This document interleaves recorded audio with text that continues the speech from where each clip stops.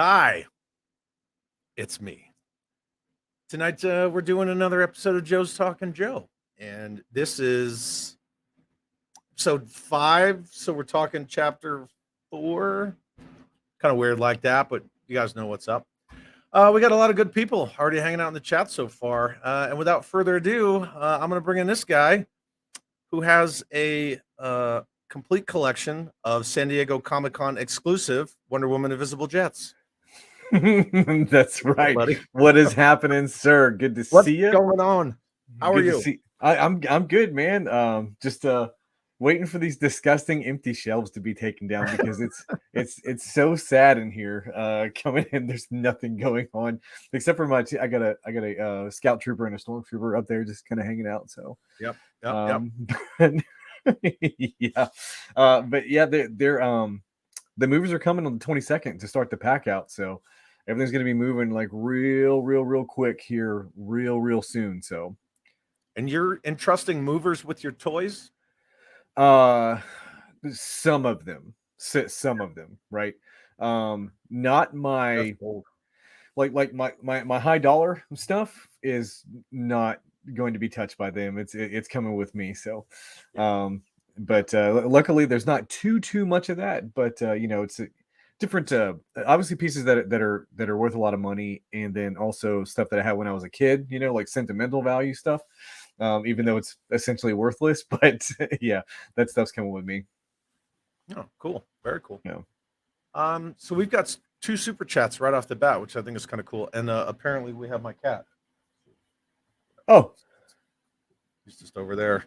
Hello, Mr. Meowsers. Mr. Meowsers. Mr. Meowsers. That's his name. His name is Boogie. Oh, what's up, Boogie? Yeah, he's just cruising. So we got a $5 super chat from Scuba Pete that says, "Love these streams. Thanks, Pete. We definitely appreciate you very much. It's very nice. Thank you. Thank you very much. And we love doing them too. So appreciate everybody being here, and also super chats are fantastic. Thank you very much, sir. Yeah, we appreciate everybody being flexible because you're PCSing and I've had a few things going on and it's busy. It's a busy life. So. Yeah, it's getting in the way of something Ryan wants to do pretty soon too. He's been speaking of which, blowing me up in the chat about it. Chat from Mr. Laser Pants. This is get your damn life together. I'm trying, man. I move a lot. I don't know what to tell you. I left my hometown, Ryan. Like I do stuff like that, so God, you guys are terrible. Very, very cool. Thank you both, gentlemen. And yeah, we got a lot of good people here. Scuba's here, Samuel's here, Patrick Strauko's here, Mikey from JMK Custom Works is here, Lex Lewis is here, Daredevil Dave's in the house. Scrolling, Mr. George Aiken here, all the way from the UK. Beta Ray Bob's here. Just Jeff's here. Masterversal Toy Hunter's here. Awesome. Bear 11 Charlie's in the house, so at least we got a Mortarman with us. I know, right? We got the IDF. Yep. And then George says Hasbro failed Invisible Man totaling. That's what you're collecting. yeah. That's it. I have hundreds of them right there. Yeah. So Curb Stomp's here. It says, "What's up, guys? On my break at work. Glad this is back. I have court tomorrow for that thing." Oh, very cool. Hopefully that works out, dude. It's kind of weird. Yeah, hopefully everything goes good. Hopefully there's no jury involved with this one, but No. It's a good thing, not a bad thing. And Zazel's here all the way from Australia. So what's up, Zazel? Good to see you. What's new with you, dude? Oh, Mo's here too. What's up, Mo? Hey, what's up, Jeff? Aside from your move. Really just trying not to collect, man. And it doesn't make a whole lot of sense to add brand new stuff to the collection as it's been boxed up and being prepared to move. Well, I wouldn't say cross country, but just straight south from Wisconsin to Texas. So and really just trying to get back in shape, right? To go back to the fighting force, man. Recruiter life has taken a toll on me, and I got to get back to being a fighting man, and it's tough, dude. Got to get out of that pogue life. Yeah, I mean, I've been running with my dogs and stuff, and doing some resistance training. But just a whole lot of body weight stuff too. Like push ups and burpees and stuff like that. But I'm sure once I get there, and we get back to those. What were those things called? Remember those connexes that are full of the equipment? Oh yeah. You know what I'm talking Something about? fit. Yeah, the Warrior Fit or whatever they're called. I can't remember. I could ask the Anyway. ma'am. She'd know. Oh yeah, The yeah. ma'am would know. She'd be like, "Oh yeah, this thing." Yeah, it'll come to me like midstream, and I'll just like blurt it out. So Yeah. Jeremy says, I tried not collecting once, didn't work out. yeah, yeah. Dude, I feel your pain when you're in that weird like mid PCS and you don't want like oh, I picked this thing up and now I gotta like you have nowhere to put it. You don't know what to do with it. Yeah, exactly. It seems the only thing I've been collecting lately is pounds. So, but yeah, I'm looking forward to getting to the new spot. I think I've got an idea of what I'm going to do as far as like display. The displays are concerned, but I got to see once we get in there. Display solutions. Yeah, because we're going to be in on-post housing. I think at least until I get back from that work obligation that I was telling you about, right? And then once that's done, we're going to wind up purchasing another home. So, Rad. So Pete does resistance training by making up any excuse to not train. I'm resisting the actual training, right? Yeah, that makes sense. Mike Layton's here says, "What's up, everybody?" Buddy. Everybody. Good to see you, Mike. Glad you're here. Yeah, it's a weird thing. Like when you're in mid move or mid PCS and you don't want to buy stuff, but when the ma'am and I PCS'd in November, I still had stuff coming in the mail, and I was just just putting it off to the side. I had like a little shit bag corner, where I just dumped everything. Well, there's always that excuse, right? When you're a married collector, and then there's like 3 days straight something's on the porch, and you're like, there's always this go-to excuse like, oh, it's pre-order stuff from like 9 months ago, but like in bought this this case, stuff a while ago. Yeah, like in this case, it's legitimately true, and so like I'm pulling stuff off the porch, and my wife's just like, what are you doing? I'm like, it's pre-orders. I don't know what to tell you. Like, I don't even know what the new address is going to be. I can't forward it there. We're not even home yet, so. Well, then there's the opposite argument where I will have legitimate pre-orders that I don't pay for until, like with the Fresh Monkey Fiction stuff, right? The Eagle Force 4-inch figures. Big Bad Toy Store doesn't charge me for those until they're ready to be shipped, right? Sure. Yeah. So then I'll get a charge and the man will be like, what's this charge? Yeah, be like, what's that's it shit I ordered like 10 months ago from Big Bad. And she's like, if you already ordered it, why are you paying now? That's a good question. She knows the deal. Yeah. Jeff says military limbo is strange, weirder when you're a kid. Yeah, I bet it's bad when you're a kid. Yeah. The kid's been like four different schools now, so luckily this is the last one. So 4 red shadows, 2 stingers, and another swordfish. Wow. 4 red shadows, 2 stingers, and oh, okay. And then Jeremy says, "Hush, you fools! My wife is right here. Well, tell your wife we said hey." Yeah, tell her. Speaking of people with cool wives, Brandon's in our best. Brandon, tell Jenny we said hi. Yeah, very cool. Skyfall's here too. What's up, dude? Good to see a lot of faces. Yeah, very neat. So have you seen this new house? I mean, we saw the layout on the website. So it's military housing. Yeah. But it's the I don't know. You've never been to Hood before, have you? Yeah. Oh, I've been to Cavazos before. Thank you. To Cavazos, yes. No, I've been to Hood. So it's the regimental headquarters of my medcom when I was still a combat medic with the 807. Oh, okay. I don't know why I just assumed all that stuff would be headquartered out of Fort San Sam? Antonio, at Fort Sam. Well, so my brigade was Fort Sam, but the regiment is headquartered out of Hood. I don't know why, but yeah, when you look at the main post sign for Hood where it has everyone's plaques, The 807th is on there. Yeah. Okay. We got Jeff McElway's here. Says, yeah, 6 schools in a year as the Navy tried to get their stuff together. Yeah, I'm sure that's got to be rough, man. But yeah, so anyway, you've got like you've got some sound drops. But yeah, so you've got That wasn't me. It was looping.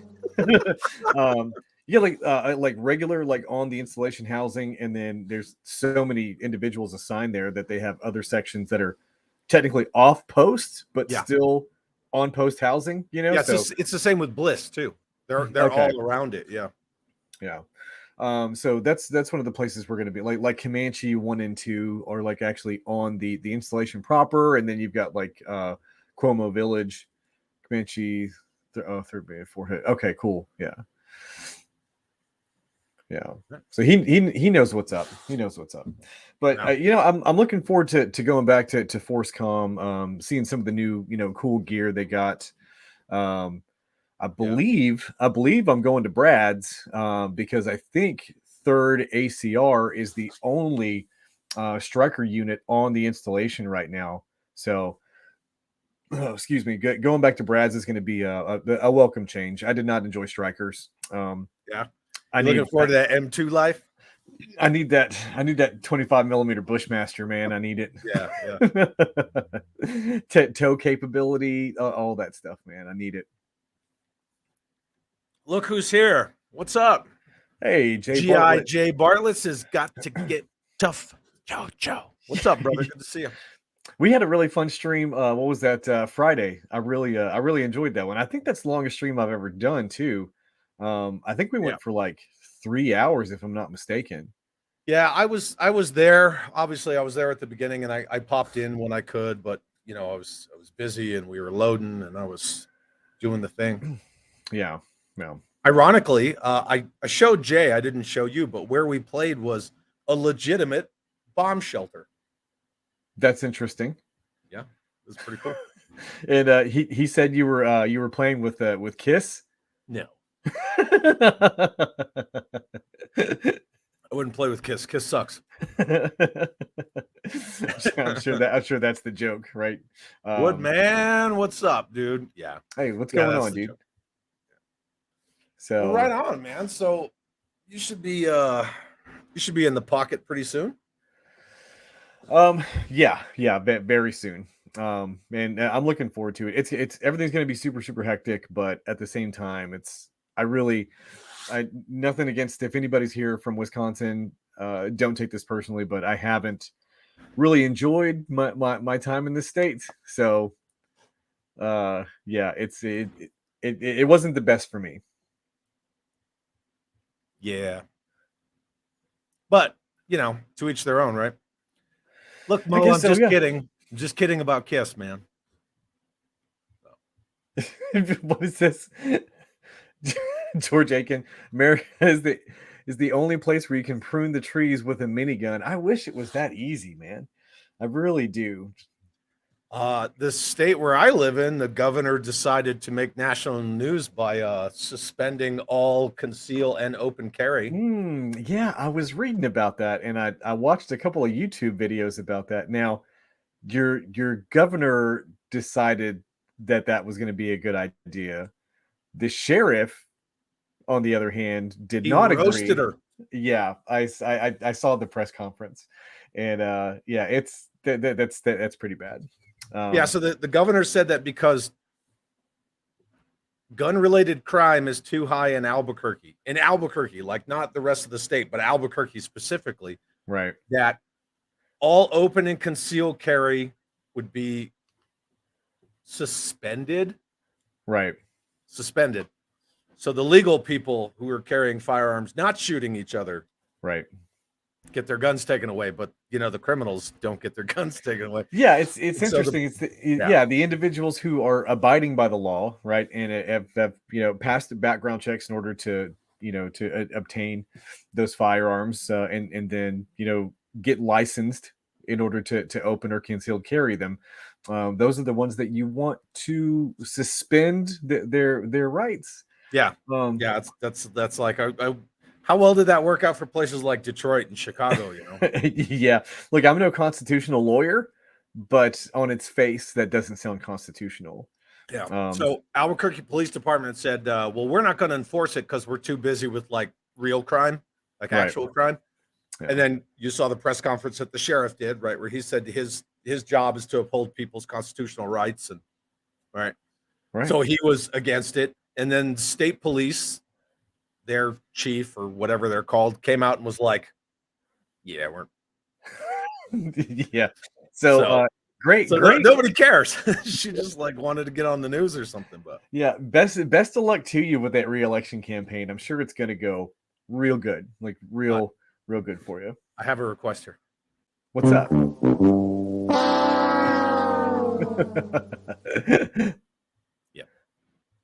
Yeah. Well, I think tonight's going to be a little different.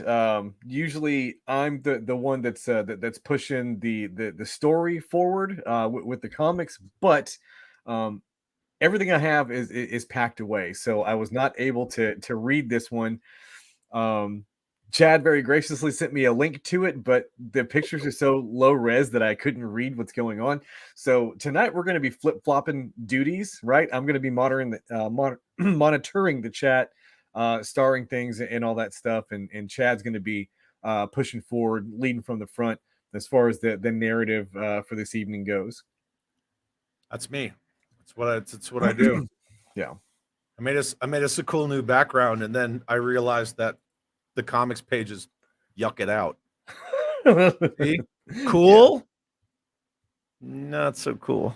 Yeah, I mean, it's something that can be worked out a little bit later, though. Yeah, it was really only there for you and me. It'll be fine. Look, watch.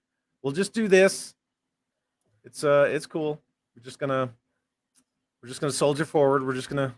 No, improvise, adapt, overcome. Yeah, that's what we're gonna do. Denna Geek here says, "Evening legends. Good evening to you, Denna Geek. Good to see you here.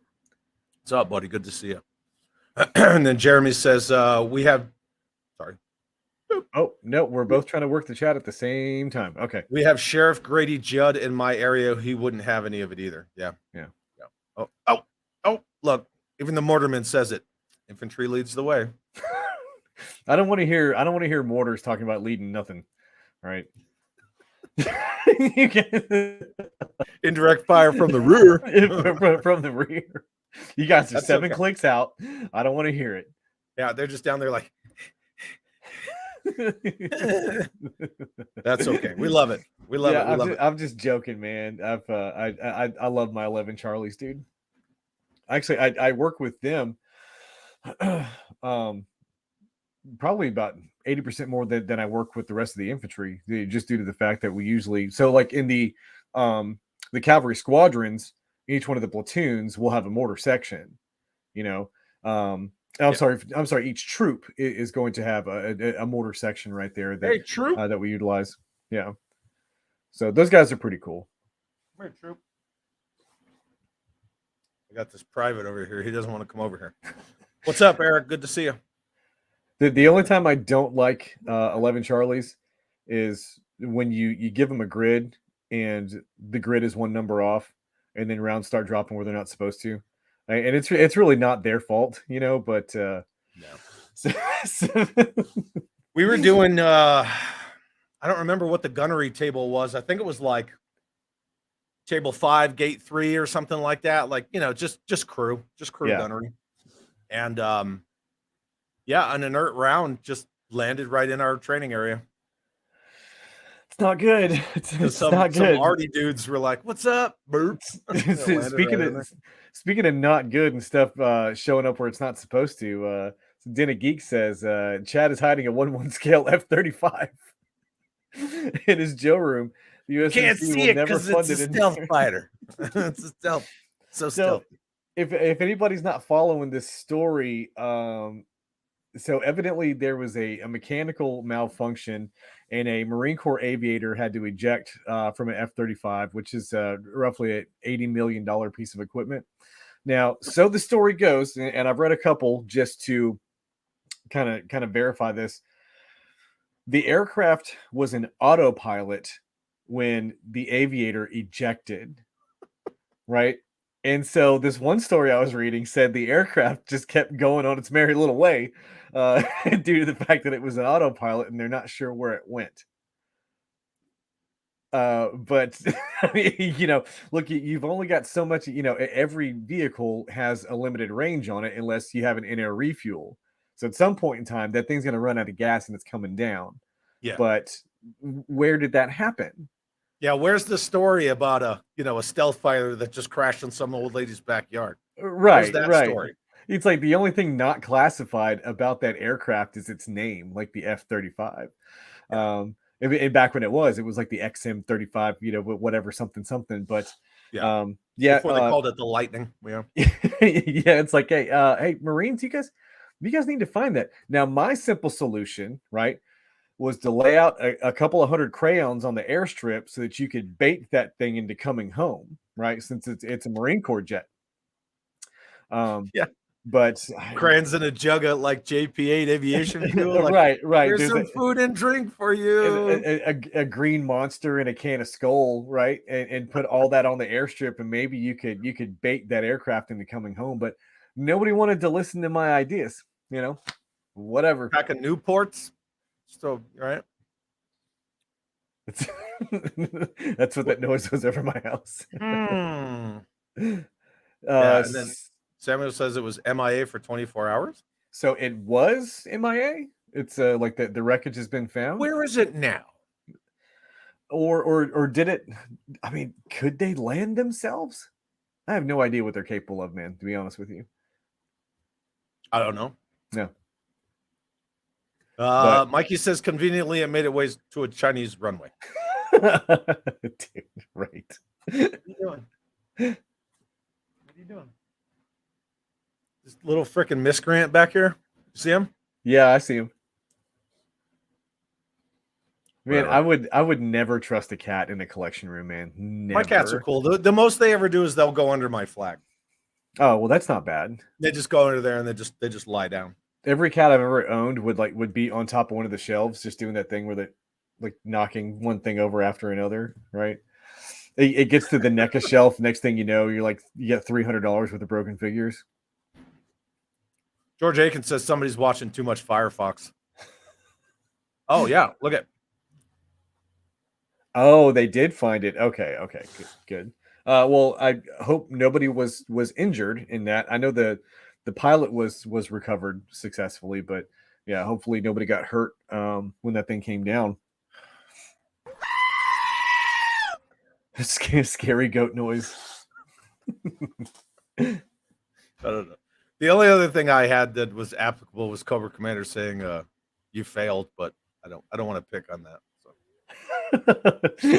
You know what we need? You know what we need in classified? And I know your answer is going to be nothing. We don't need nothing in classified, right?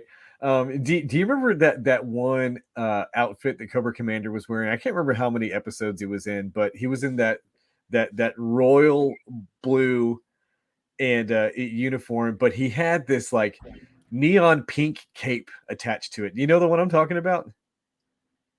No. Dang, man, I gotta find that episode. Is that from Deke or Sunbow? No, Sunbow. Huh. No. Yeah, I swear it was part of Sunbow. I gotta find that episode and send you the screenshot. I thought it looked really cool, man. Please do. I got something for you. Yeah. ladies, Big Bacon's in the house. Another vet right there, Big Bacon. No, and that's what Jay and Silent Bob quote, right? Jay and Silent Bob were in his house. Good to see you, Big Bacon. Yeah. Woodman 29. Okay. So I think we're all caught up, man. Oh, Samuel said I think it crashed in the ocean off of North Charleston. Oh, okay. Gotcha. What kind of chew to lure the plane down? Skull. Oh yeah, you would need like wintergreen for sure. I don't think anybody actually does like chew anymore. I used to. I did. I used to get. Man. Yeah, I used to get bags of beech nut and red man all the time.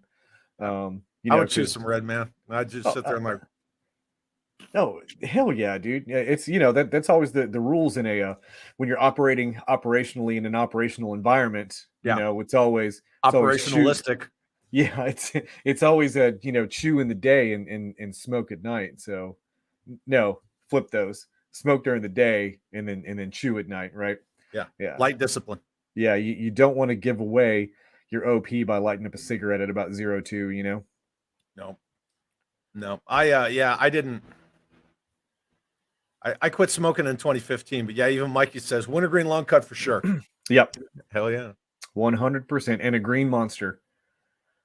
So for me, not that I'm advocating, right? But for me, it was Copenhagen wintergreen long cut or Skull straight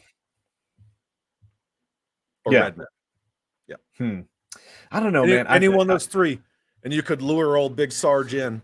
I was a beach nut guy, to be honest with you, but if they didn't have that, I'd go for Red Man. Let's see here. Patrick says, I'm all about the pouches unless I'm fishing.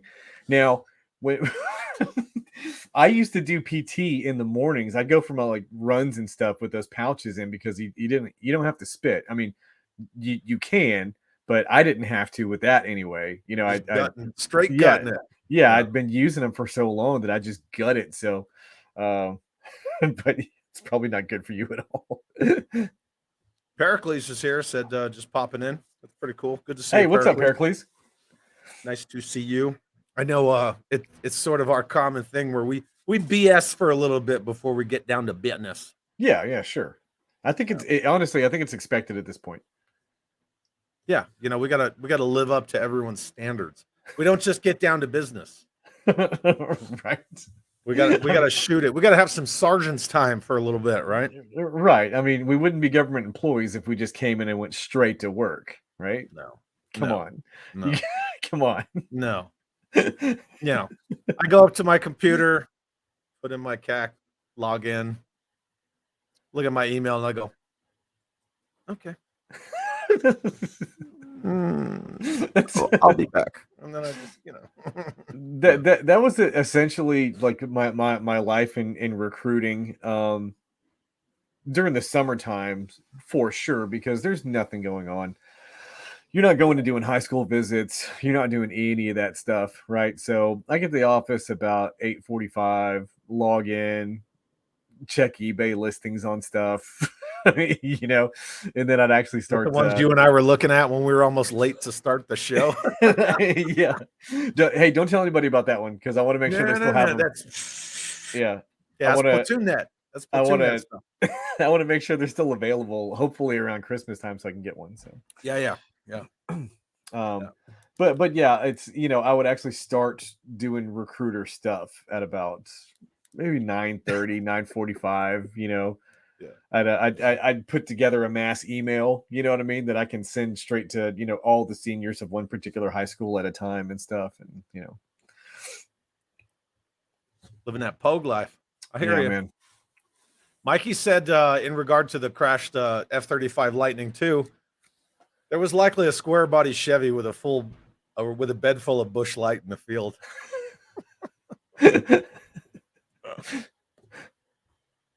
And then Jeremy's saying something about had to chase off a solar panel salesman.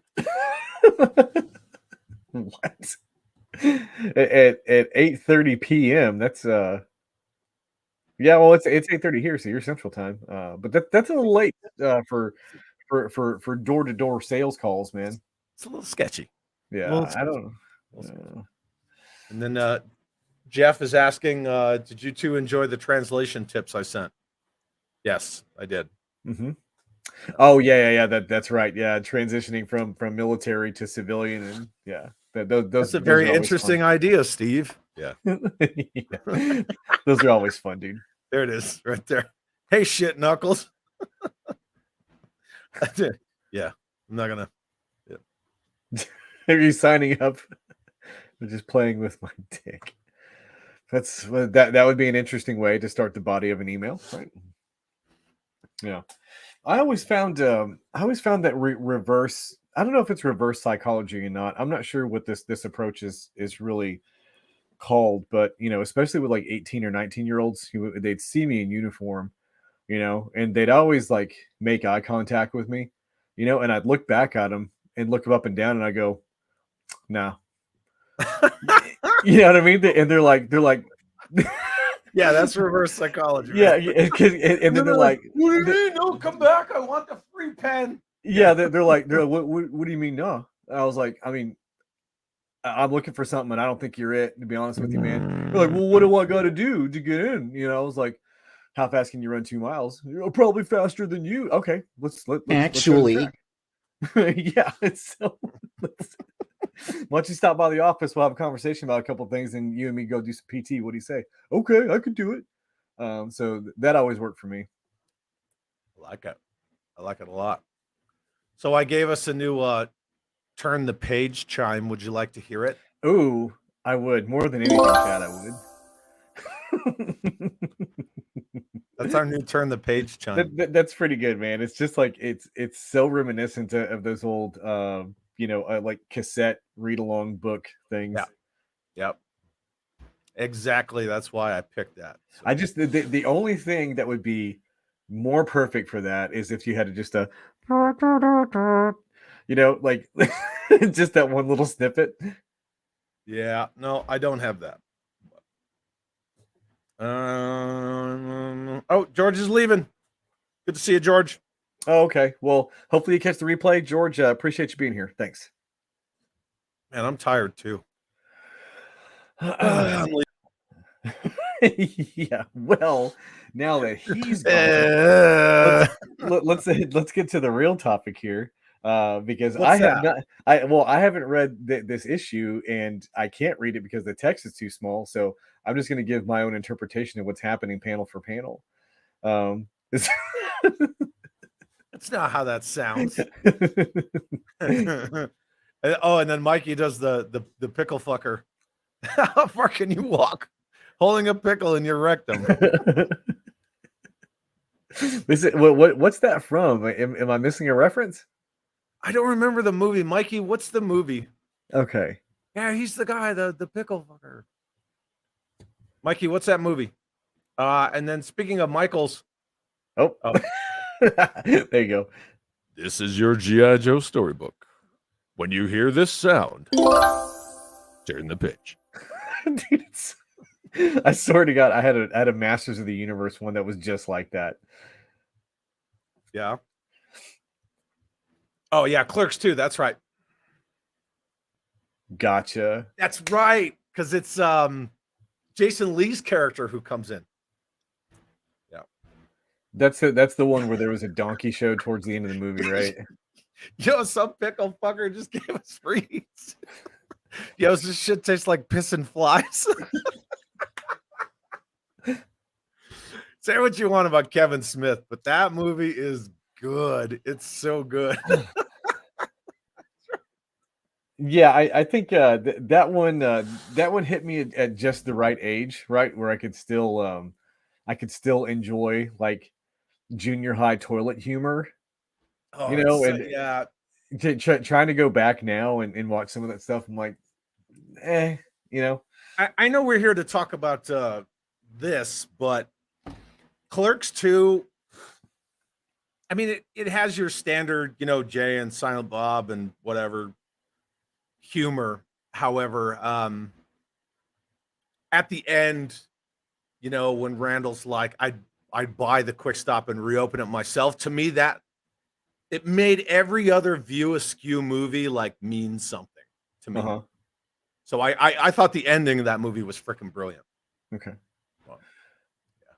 Mikey says he's dying. He's dying over here. I love that movie, man.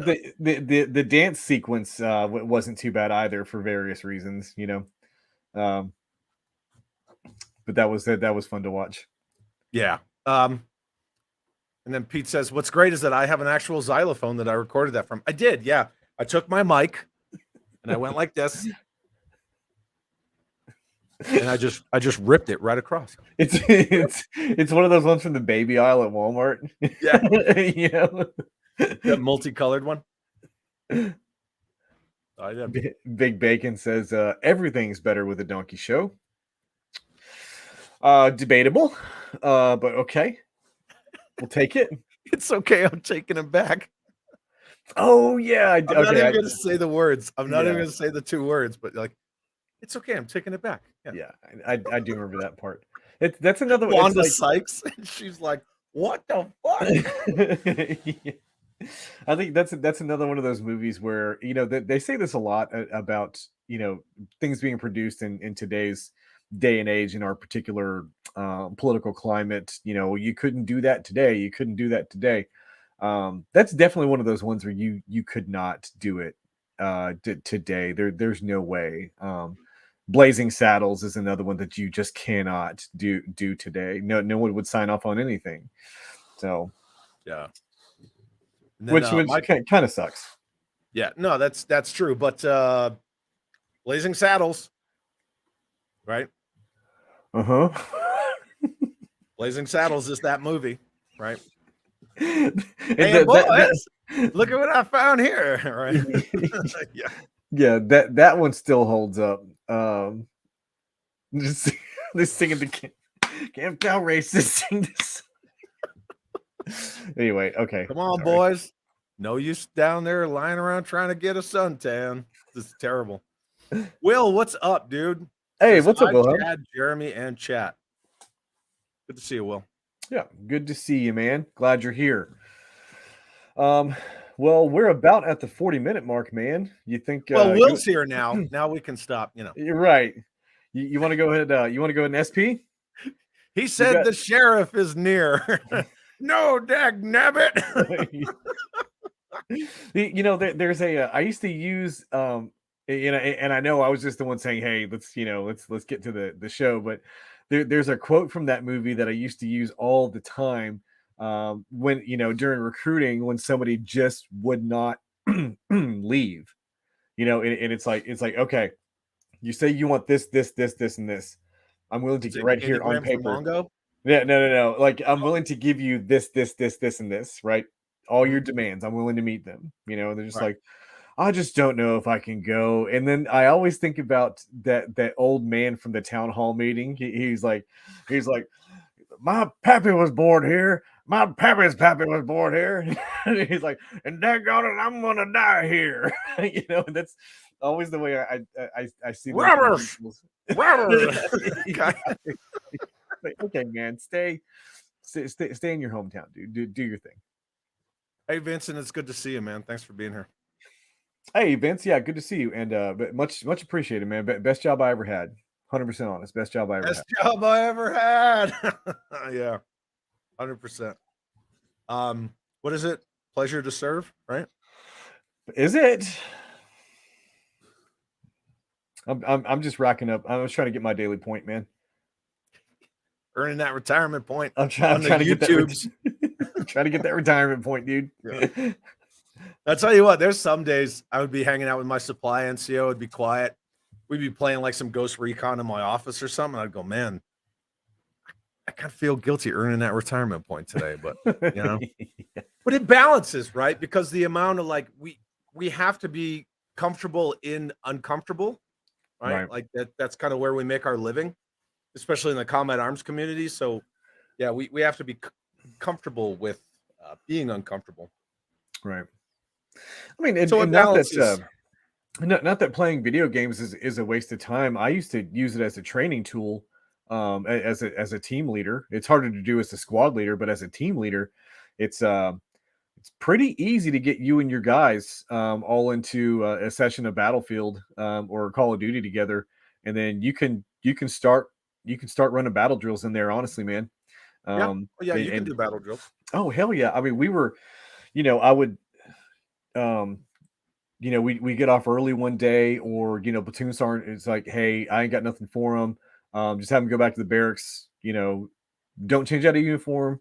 And if you haven't heard from me by 1700, you're good to go for the day. So send everybody back to the barracks, and then we'd still, we'd all jump on Call of Duty together and start, running one alpha or battle drill one alpha.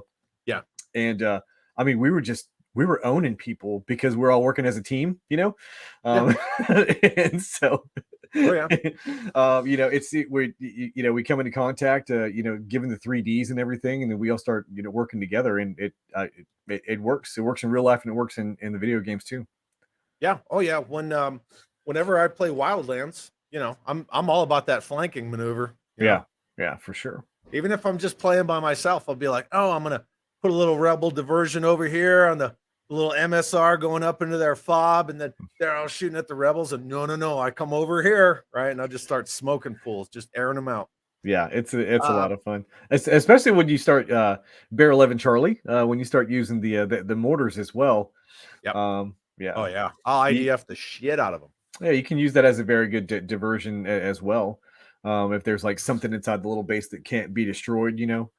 So put mines near their vehicles, right? So when they get in their vehicles, more bang for your buck. Yeah. Jesse wants to know what was missed. Some banter, a little bit of going back and forth. Talking about Blazing Saddles. Yeah, a little bit of Blazing Saddles. A little bit of clerk stuff. Talking about my move. Leaving recruiting. That kind of stuff. Our new turn the page sound. Yeah. Oh yeah. Yeah, all sorts. Cool. All right. Question: did anyone talk about the F-35? Yes, we did. We did. Yeah, we talked about it, and Mikey and a couple other guys said that they found some wreckage off North Charleston. We picked on some Marines. It was fun. If anybody was going to lose an $80 million aircraft, it was going to be a goddamn Marine. Might as well be the Marine Corps, right? That's fun.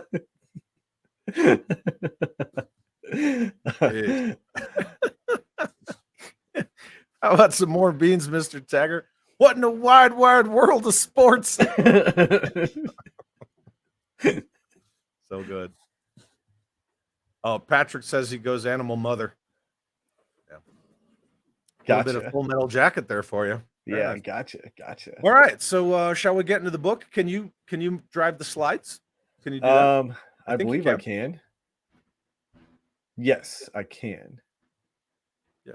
So just hover over the slide and hit next slide. No, you're just making it bigger. That's all you're doing. Just stop doing that. No, I got it, man. Don't worry about it. Do you? Yeah, watch. Oh, look at you got it. Hey. All right, so we are, if you have the book that we all have, we're on page 75. Yeah, Mike said. That's what she said. Yeah. Someone needs to go back and get a shitload of dimes. I don't know. What does that mean? Someone needs to go back and get a shitload of dimes. For the Marines? You know what? I'm lost on that one too. But Viper Scout, if you wanna expand on that a little bit, because I am lost in the sauce, as they say. Yep.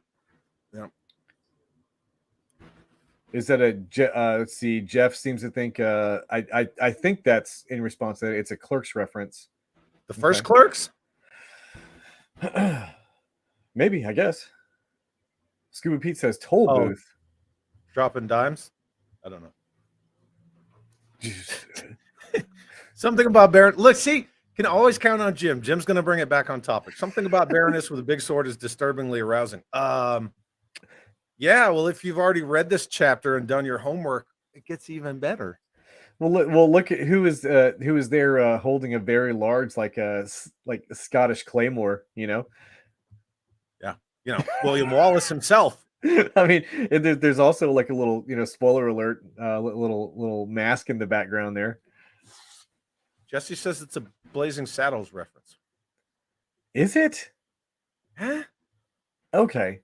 Look, I may need to rewatch this. So, yeah. I don't know. Usually I'm really good at movie trivia and stuff like that, but that's just a shitload of dimes. That was just no, I don't know it, man. Okay, so I'll keep you posted as the situation develops. Yes. Mikey says, I think she's fighting Victor Creed. Yeah, pretty much. All right, so chapter 4, page 1, aka page 75 in the collected volume 1. So we just pick up right where we left off, and Destro and Baroness are about to they're gonna have a nice little sword fight. And again, you can see that nice little Easter egg right behind him of the Destro, the McCullen family mask. And basically Destro's telling her that he has no wish to kill her, and she said that that gives her a distinct advantage because she has every desire to kill his ass. And you change the page. Gotcha. Oh no, I went too fast. Go ahead.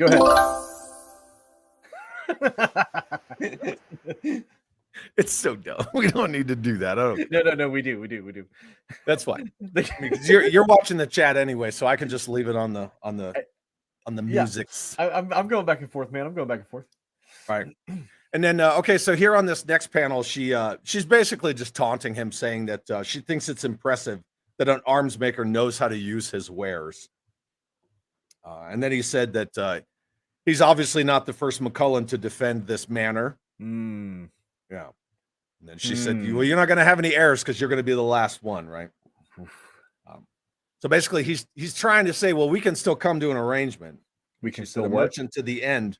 Cobra has Cobra is not interested in deals. So now we're just we're to the point where we're just outwardly discussing Cobra. Well, because at first she was like, just we're an organization, know. Yeah, she was, my organization. She was hinting that she was in the upper echelons of this organization. But in this chapter, you're going to find that Cobra's referred to directly as his client more regularly. So he definitely says that word a lot. And she says they're not interested in deals, only results. And that she basically tells him he's damaged goods, right? We paid you millions for a promised weapon system that was never materialized. Get it? Materialized? Yeah. We go back to... We already know it's the mass device. However, there is one other thing in this chapter specifically that we're going to get to. It's not necessarily an Easter egg, but it is directly named as one of the files that those little drones, the little spider drones, went to download. So we're going to get to that. And I know you don't know because unless you remember from reading it previously. Well, we'll get to it. So she kind of gets the jump on him, and then he knees her in the crotch. You see that on the far right there. He knees her right in the goods. And then he rocks her in the face with that helmet. Calls her a demented witch. It's a nice alternative to the old Falcon Punch, Oh, yeah, Falcon Punch. Yeah. No, but he rocks her. I don't know, whatever it was, right? It ceased the action. So yeah. So he calls her a demented witch, and he straight cracks her in the face, busts her glasses and everything. So page. Yay. See, but now her glasses are busted. It's having the Superman Clark Kent effect. Now that they're gone, I don't recognize her anymore. Yeah, now Duke's gonna come out of nowhere and go, Anna? Yeah, Anna. Oh, wait, that's the wrong version of Joe.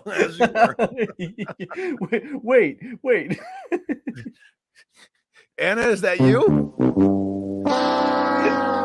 How stupid is that? Every single one of the characters had to be interconnected with some type of previous relationship. Right? Anyway, sorry. That's that simplicity shit that Michael talks about all the time, right? Right. Yeah. Not only did she used to be a good girl and a blonde, but she's also Cobra Commander's sister. So JMK Custom Work says hit her with the old beaver dam. Yeah. I've never heard that one before. Yeah. All right. He's like, I'm gonna knee you straight in your shame cave. Bam. That was it. He just plowed her. I say that to my wife. I don't know if she really likes it or she just humors me, but I do say those words. You could the beaver dam. You could refer to an IUD as that from here on in. Yes, I like it. Beaver dam. So anyway, so now you see he's got her pretty much knocked out. She's on the ground. He throws the helmet down, and his people are calling him saying that we got a little bit of trouble. So a representative from our client, so here, right, he's directly referring to Cobra as the client, has arrived unannounced, and he says, I'm going to make certain she's comfortable, Mm-hmm. and then I'll join you momentarily, because he's kind of already got the hots for her, because she killed his dog, Right. and yeah, whatever. I don't know. They're weird. I mean, first of all, she infiltrated the castle, Impressive. which is impressive, right? Got within striking distance. I mean, she was right there. She had that pistol in his face, so definitely intriguing, right? She definitely has her charms about her. So I don't know, Yeah, maybe something will develop in that relationship. I don't know. We'll see. We'll see. Something in my eye. Yeah. Anyway, so you can see down in the lower left that that last little bot that we saw that was downloading all the information from the pit has now made its way into the vents. Mm-hmm. And his guy Rory is telling him there's miles of tunnels and there's no end in sight. So then he comes back to his little tactical operations center or whatever it is, right? His game room. Comes back to his game, right? Because they're using Xbox controllers. It's the game room in Castle Destro. And they're basically just telling him they can't find a path to the surface, right? And that they're all turned around. Blah, blah, blah. It's a bunch of Scottish gibberish slang, and that's the gist of it, right? So, hashtag Scottish gibberish. Right. Yeah. So Kiss method, right? Keep it simple, stupid. Right. Yeah. They can't find their way out of the ductwork. So Destro's basically telling him, like, we'll get a fix on the location of this burrow, right? But that's what they're referring to as the pit. This little drone is called Unit 1. That's what they refer to it as, Unit number 1. All the rest of them, they explain that they were just a diversionary tactic for Unit 1, but Beachhead and Duke were already sort of surmising that when they found it. Okay, so Unit 1 is the one of them that made it into the server room and was trying to download all the things. Yeah, that's this one that you're looking at right here, trying to get through the tunnels. Right. Yeah. So that was the actual important one.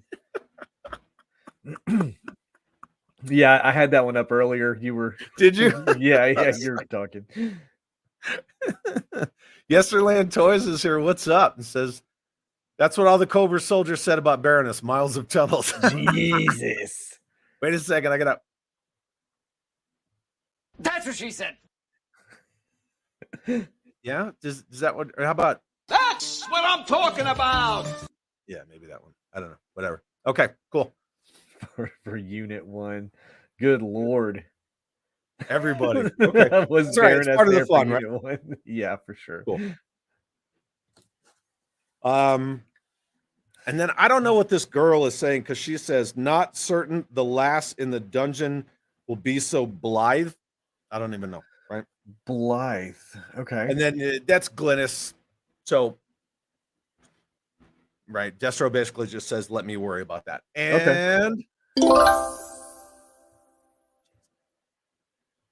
I'm on it. Look at Hawk on that bottom panel, dude. Boss. Is that That's Hawk. Is it really? Okay. And I have to say, if you look to the lower left of Hawk, you see the guy with the number 14 patch on his shoulder? Yep. What That's Bazooka. What weapon system is he holding? Goose. Kind of looks like a goose, but Hawk has a law rocket. That I do know, right? Yeah, collapsible 80 millimeter. I think I think we peaked at laws. To be honest with you, so cool. I love law rockets. Laws are the best. Yeah, telescopic. You could put it right on top of a rucksack. It had that cool rubber that you would just rip it, right? Yeah, they were so good. And then I would say shitty little fabric stock, right? And you would the fabric snap stock. Yeah.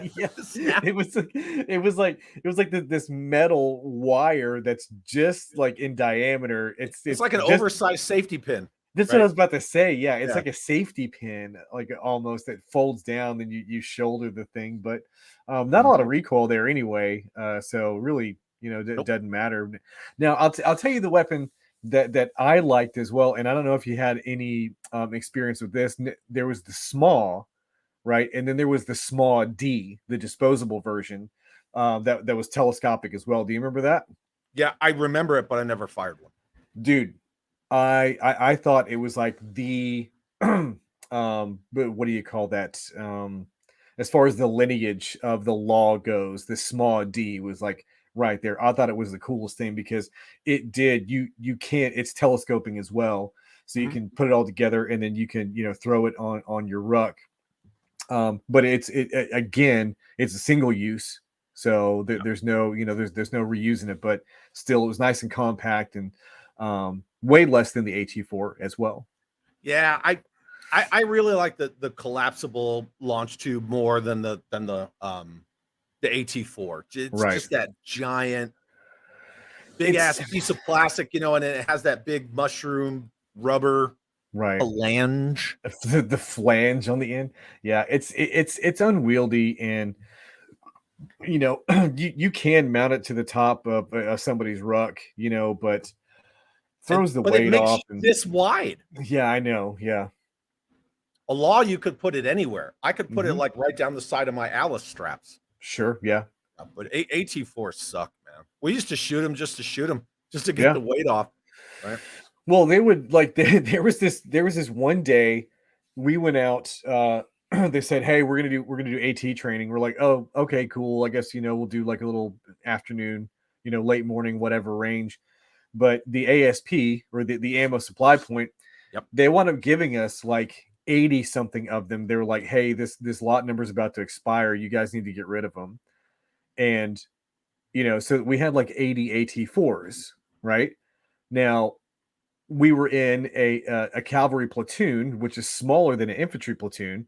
So I'm doing the numbers real quick, and I'm like, well, you're only supposed to fire how many of these per day, right?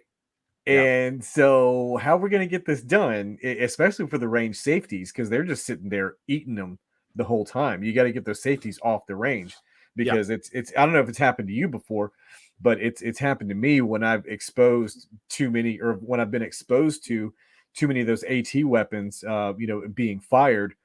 You will feel like you're punch drunk after a while. Oh yeah, yeah, You'll because the start concussive force. yeah, Yep. you'll start to get dizzy and stuff, and it's not good. So Ask me anyway, how I know. right? So those range safeties have to. I mean, you can do like maybe like 3 an hour, and then you got to come off the range for a couple of hours before you go back out there, Yep. and you're not even supposed to do that. So anyway, sorry, I got a sidetrack. No, but that's that same bullshit. That's that bullshit where it's Mhm. like, oh well, we got 24,000 rounds on our Strack and we only spent 13,000. So spendex, no, Right. absolutely not. No, you can't. I would not never with let that. anybody spendex. Well, especially with something like that.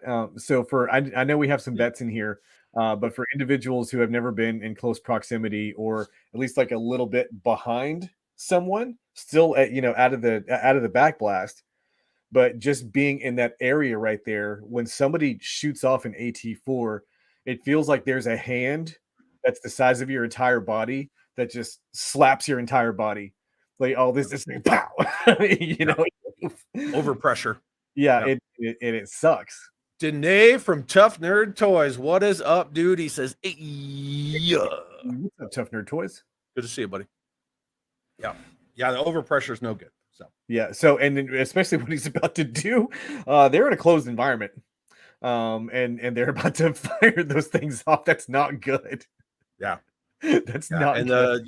the AT4 CE is not, it's still not that. No, thanks. That's the one with the water bag in it, right? Yeah. Yeah, that would be better, but still you don't want to do that. Payne's Toy Sample says, dropping in to say hey, and we'll hit the like on the way out. Thank you very much. We appreciate that. It's good to see you, dude. Yeah, appreciate it. Thank you very much. Looking forward to your next toy therapy. therapy. Thanks for being here, Payne. Always a pleasure, sir. Roll Keeper says, yeah, you're not supposed to do that.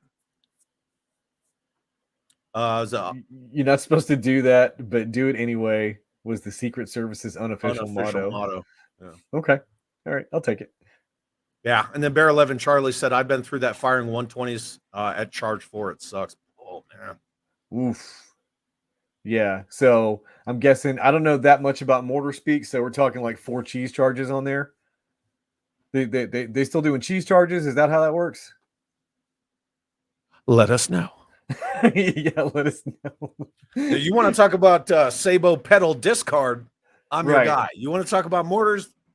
Bear 11 Charlie. Well, so we would, he says, yep. So, like I was talking about in the Cap Squadron, we would have that mortar section. Yeah. And we go out to the field and it would start, get really cold and we wanted to get a fire going and stuff at night, which we weren't supposed to. Bye, Jay. We love you. Okay. We'll see you later, Jay. But the mortar guys would come over and they'd bring those cheese charges over and they'd cut them and start pouring the powder out, right? And then light that powder up to get the to get the flame going. So it was always cool to have them around for that. Yeah. Yeah. It's like having tankers around when you're cold. Oof, just stand behind it, right? Just catch the exhaust. Yeah. So nice.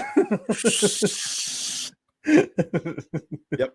I love that sound, man. All right, cool. So we are on page 80. And there they are. They're still playing their video games. So Destro tells her, just keep the Yanks busy, right? So just keep the Joes occupied because they're trying to get that Unit 1 out of the ductwork. And then she said, they can hide, they can sulk, but we'll find them all. And then you can see where Bazooka's got this one lined up. And Hawk tells him, make it a center shot on the thorax. And then again, right there, you can see Bazooka. And I really like that design of Bazooka. I think that fits well for him. Yeah, hopefully we're going to see more of him. That is really cool too. I think it's more of like a realistic interpretation. I mean, Right. Nobody's going to go, into combat with their jersey on. So, but yeah, I dig that. Now, who is over to the right of Hawk right there? I don't know. He's not named. Okay. Any speculation just based off the appearance of that character? Well, it's not Crankcase because you see Crankcase in a couple of pages. It's not rock and roll. It's not rock and roll because we already saw him. He's Right. wearing the black t-shirt. I don't know who it is. At least to this point, he's not named. You're going to see a couple of panels where there's just like some Joes, like Just sort straight of up hanging Joes. around. Yeah. I don't know who he is. Okay. I mean, I don't know. Tough Nerd says Zap. I don't think that's Zap. No. Yeah. And then Mikey says it's not as good as Gone Fishing Bazooka from the 90s. Oh yeah. Yeah, I know the one you're talking about.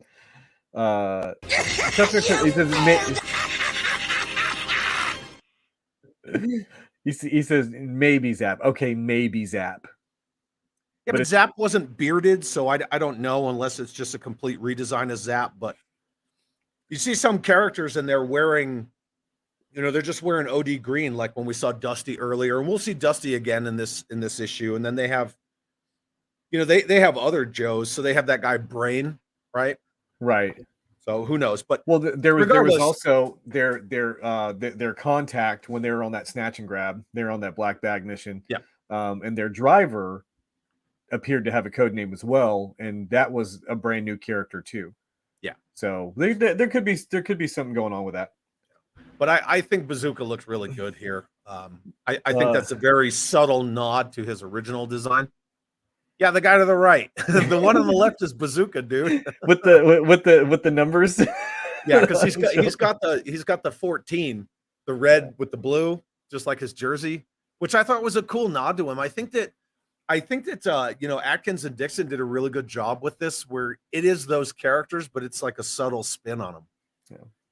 So I like it. So anyway, so Bazooka's like, okay, all right. And let me get to change the page. It's just nice to see Bazooka lined up with a shot that he intends to make. Right? Like he's used to see him with the whoops, and then he hits the ground, and then indies his weapon. Whoa. Yeah. Yeah. I didn't like what Sunbow did to Bazooka. Nah, I mean neither did I. He's great. He's a great action figure.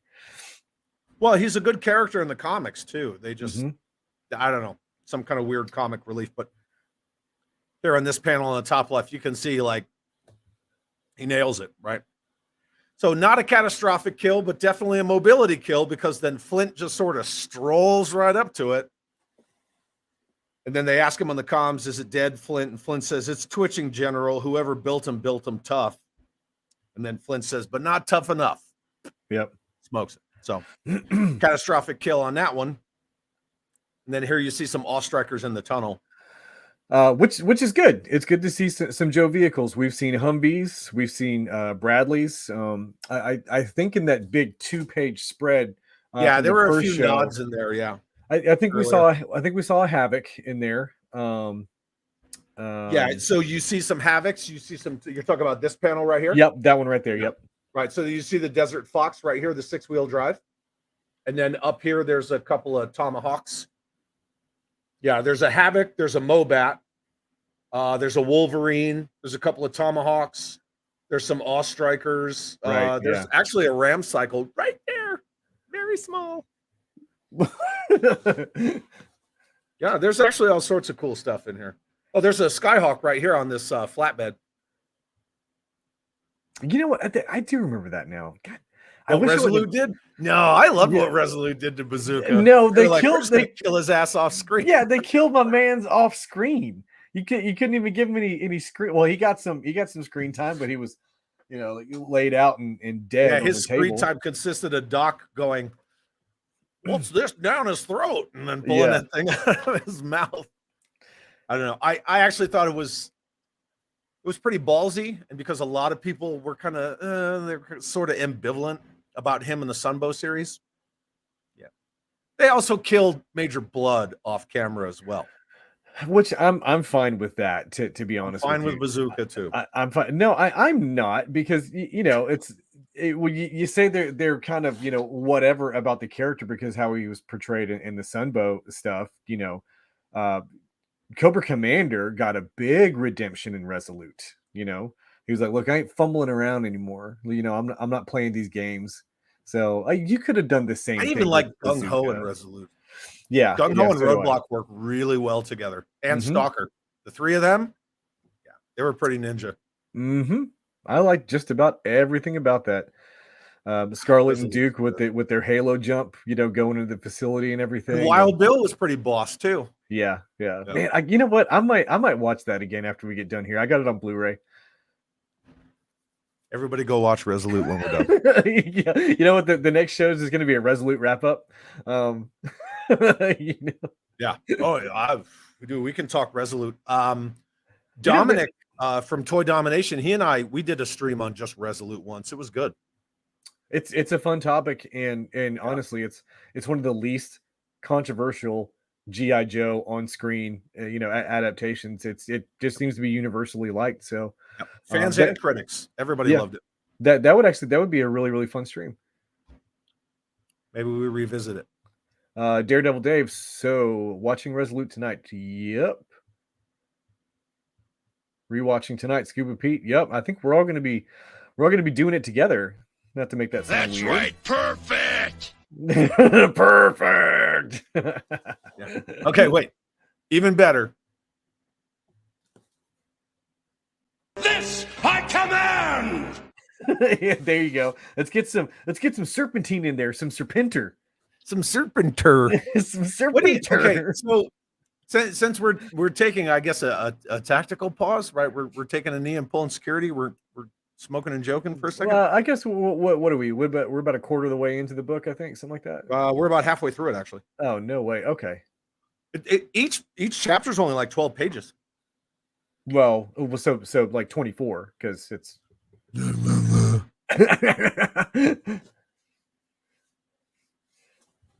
All right, so what? We're 12 slides. we're taking a knee, right? We're doing a seals halt. Like, what's up? What are you For what are you anybody that doesn't know what a projecting seals for- halt is sorry, that's a seals halt. Oh yeah, stop, look, listen, smell. Yep, I think that's new terminology for this show. I don't think we've covered that yet. So Yeah. So sills, yeah. So whenever you short halt, pull security, whatever, you conduct sills, which is like you stop, you look, you listen, you smell. Yeah. And smelling is very important too. It is, very yeah, important. absolutely. Especially us Westerners. You So can yeah, and then I could smell those locals because I'm like, somebody eating Doritos? Oh, okay, we're gonna get in a firefight. and cigarette smoke travels way further than you think it does. Yeah. So there's always that too. What are your thoughts on Dan Larson and Pulse Con or whatever the frick it's called? Do you think it's going to be good? Do you think it's going to be interesting? I think it's going to be better than the fake hype guys for sure. Yeah, I mean, so at a bare minimum, with having Dan Larson there, you know that there's an individual that actually cares about the product, and isn't being paid to act like they care about the product. So, I think it's going to do a whole lot for his channel. I think it's going to bring a lot of attention, to him. Maybe the people, who don't know him, may show some interest in him and check him out on social media and stuff. But I think it's interesting, that they would bring in an individual that just not too long ago was like F Hasbro all over a video. But I get that, I do. He was also like F everything. Sure, yeah. But yeah, I I don't know the guy personally, so I don't really have anything. Yeah, I don't either. Too crazy to say about him. I do think that if you are going to be a content creator and it's maybe not the best idea to bring all of your politics into it, right? Regardless of which side the political spectrum that you're on, I just don't think it's a good move because you may unintentionally become divisive to the audience that you have built. Yeah, you might turn away 50% of your audience, right? Right. Yeah, that's very true. Jim Largo says trading one tool for another tool won't improve the enthusiasm for modern Hasbro. I don't know I'm very enthusiastic about modern Hasbro, sir. So, yeah. I don't think you're a tool though.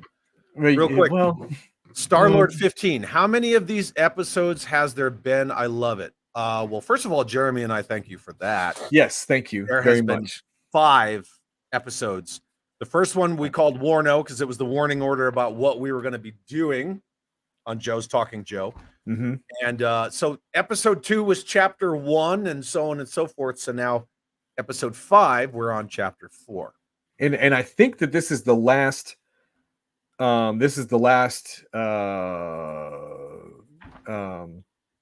Jesus issue. Yeah, chapter from this graphic novel, isn't it? No. Oh, really? No, there's like 3 more. Dang. Okay, they're thicker than I thought. All right.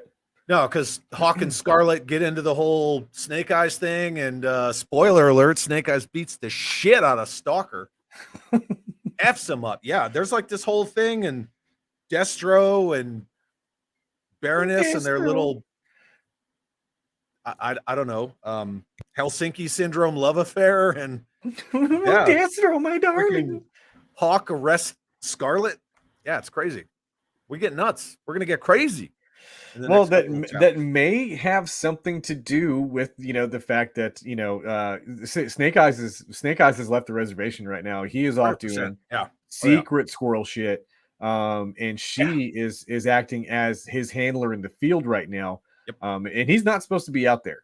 So the backstory that kind of comes out in the wash is that he was on a mission, and everyone on the mission died. Except for Snake Eyes, and they thought he was KIA. Right. Yeah, because that's when they first found out about Cobra, and then when Duke's team led the mission on the that freighter ship, right, in the prologue, that was right after Snake Eyes mission. So yeah, 2 + 2 = 19, right? Patrick Stralco says, "I'll be there. Just point me at the next comic, and I'm good." So yeah, we're reading from the Chuck Dixon. If you want to hold up the cover for that, yeah, You know how there to you do it? go. Huh? Oh yeah, hang on, I got you. Right there. Oh, there you Yeah, so we're one more time. go. Hit it. I did. No, this one. Yeah, There so we we're go. reading out of the volume. That's what we're in. That's why when I say we're on this chapter, this page, because in the volumes, right, so this says page 83, but if you were looking at the individual issues, it wouldn't be page 83. Right. So that's kind of where we're at. And so we've gone through 4 chapters and we still have that much left to go. So we're literally, Dang. by the time we're done with chapter 4, we'll be about 2/3 through with it. Right. 3/4. 9/16, maybe. Very, very precise measurements there. Okay. Yeah. So I'm actually anticipating what's going to happen next, because I haven't. Well, I mean, I've read this entire thing, but it was so long ago that I've memory dumped it. So Yeah. And then if you've been here the whole time, you already know that I haven't had the opportunity to reread this one for this stream. So And that's okay. So where we pick up now, after Flint smokes that one little whatever arachno drone thing. They don't really give them names, right? We just know Unit 1. Unit 1's the actual infiltrator, and these are just some kind of like, actually, they're Terminator Hunter Killer units. Thank you. Whatever they are. HK units. Thank you Yeah, very much. HK 5.42. Thank you. So up in the top right, so you've got 2 Awe Strikers. Driving the one on the left is Crankcase. Driving the one on the right is Duke. And so they kind of meet up with everybody else. Duke is asking, hey, is this our team, Brain? And that's Brain standing right next to Duke as he's getting out of the Awe Striker. And Brain says, this is everybody I could pretty much muster, right? There's still one machine loose in the pit, which is Unit 1. Lots of personnel wounded, dead, or trapped. Yeah. And then he basically goes on to say, like, hey, this is our mission, right? It's to stop that bug from that raided the silo from reaching the surface. And then that's where Tunnel Rat comes in. That's Tunnel Rat in the black t-shirt next to Scarlet. And then in that bottom panel to the right of Duke. So, and then I found this part really funny, and it definitely deserves a sound clip because Tunnel Rat says, tight spaces and dark places are my thing. That's what she said.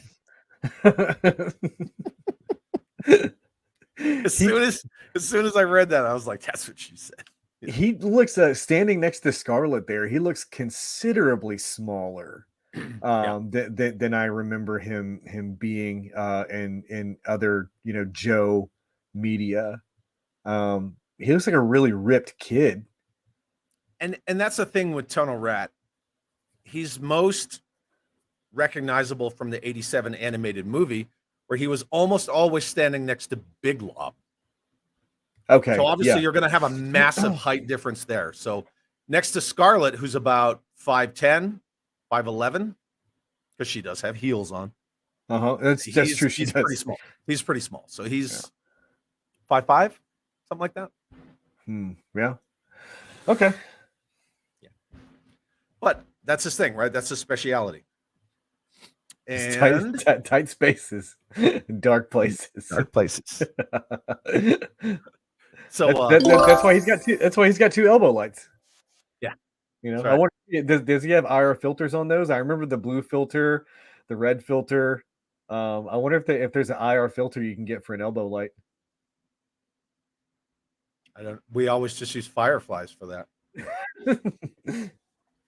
Whatever. Change that page, boy. Oh, you already did. As you were. Good job. Very good. I just want to see what the chat's saying. I want to see the citation. I want to see what you write about me in the AAM. Oh yeah, I'm going to write you a great AAM. I'm just going to go to armywriter.com and change a couple of words and Chat GPT. You think I'm kidding? Right. No. You no. think I'm kidding? Telling me about that. No. Yeah. I know NCOERs are getting written with Chat GPT right now. Mikey says Larry Hama wanted that on the original file card about tight spaces and dark places. Woodman says, you know, Actually, yeah. Scuba Pete actually she's 5'9.5". So yeah, once you chill the F out over there, Big Sort.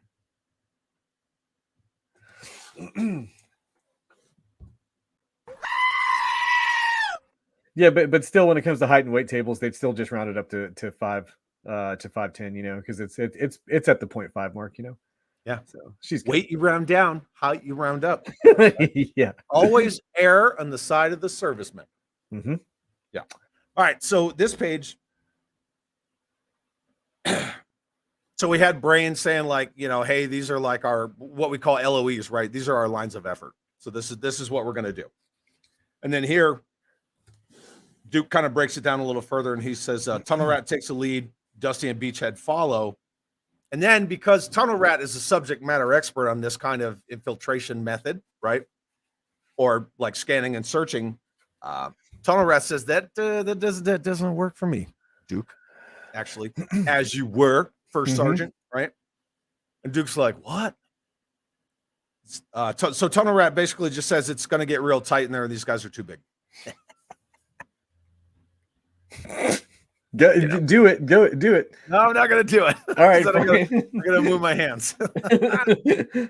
Yeah. So that's all he says. He says that it's going to get closed up, and these guys are too big. I'm not slowing down if one of them gets wedged. Yeah. Well, that's a good point. You know, that's what she said.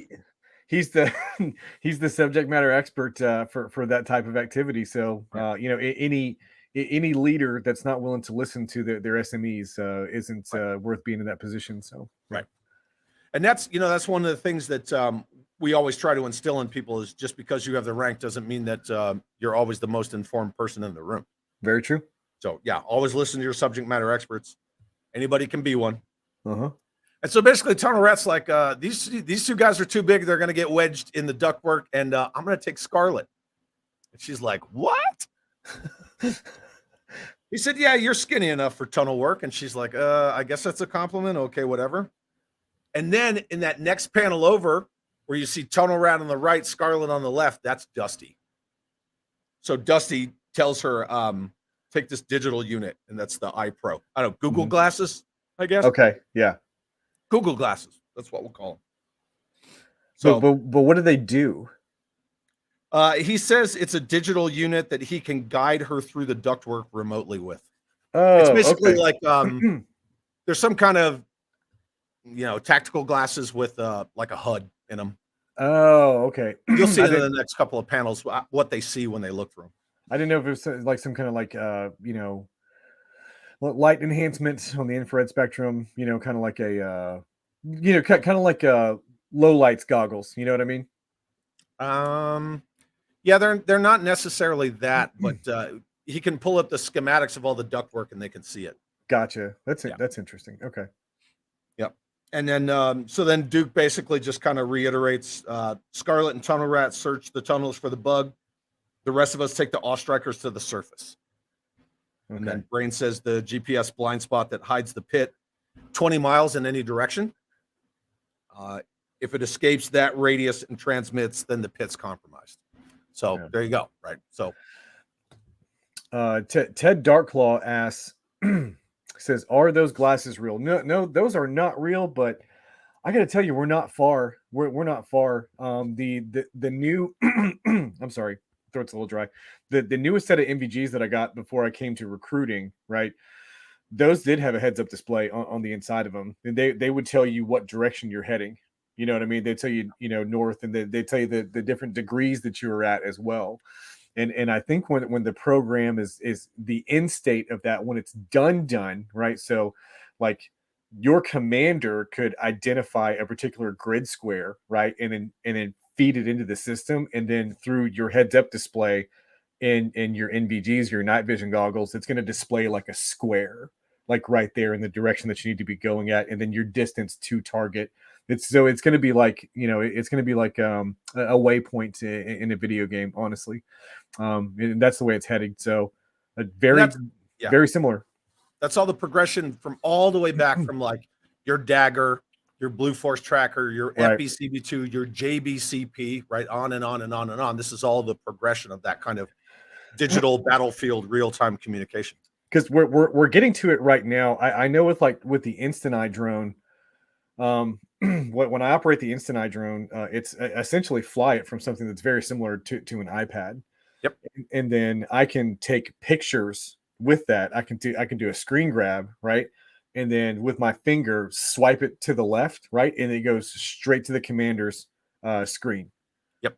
And so the commander sees what I'm seeing, so that he or she can authorize indirect fires or what other combat multipliers or assets that we have in the AO at the time. So yeah. Very, very interesting stuff coming.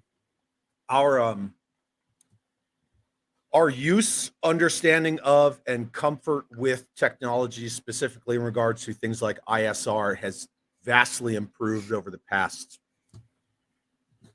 I would say for sure 10 years in leaps and bounds, but to where almost all of your Joes to your left and your right are pretty good with some kind of drone or ISR asset, whatever it is that you've got at your disposal. But we're always saying, right, because we're light infantry, we just have Ravens, right? So we just keep it simple, stupid, fucking throw the Raven. But Ravens are nice. I love good, man. We can program Ravens to just do flight patterns around our trucks, and as our trucks are traveling, they just travel in flight patterns with the trucks. That's you almost took the words right out of my mouth. The loiter capability of the Raven, information surveillance and reconnaissance. Sorry, ISR. Yeah. But yeah, that loiter ability that the Raven has is absolutely fantastic. Yeah, it's so good.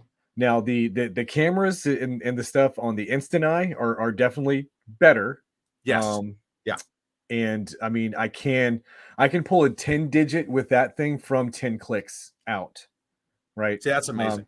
And then I can monitor effects in real time with that. You know what I mean? Because it is a quadcopter, so I can hold it steady. And I have the ability to like pop it up from a tree line, take a scan, come down, you know what I mean?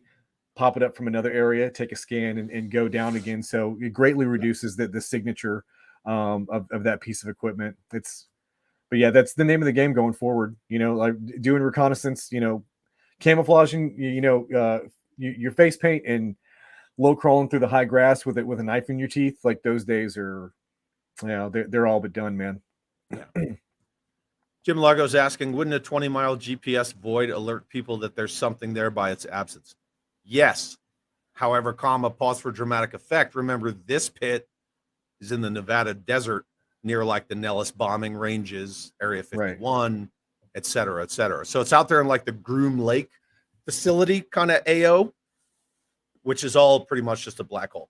Even though the Russians knew what Area 51 looked like before the American general populace knew what Area 51 even was. Well, none of the American general populace has satellites over, hovering over that thing at all times. And but yeah, they went over in the first issue, Jim. They went over how as that particular area was kind of like a communication Bermuda Triangle to begin with. Big old dead zone. Yeah. So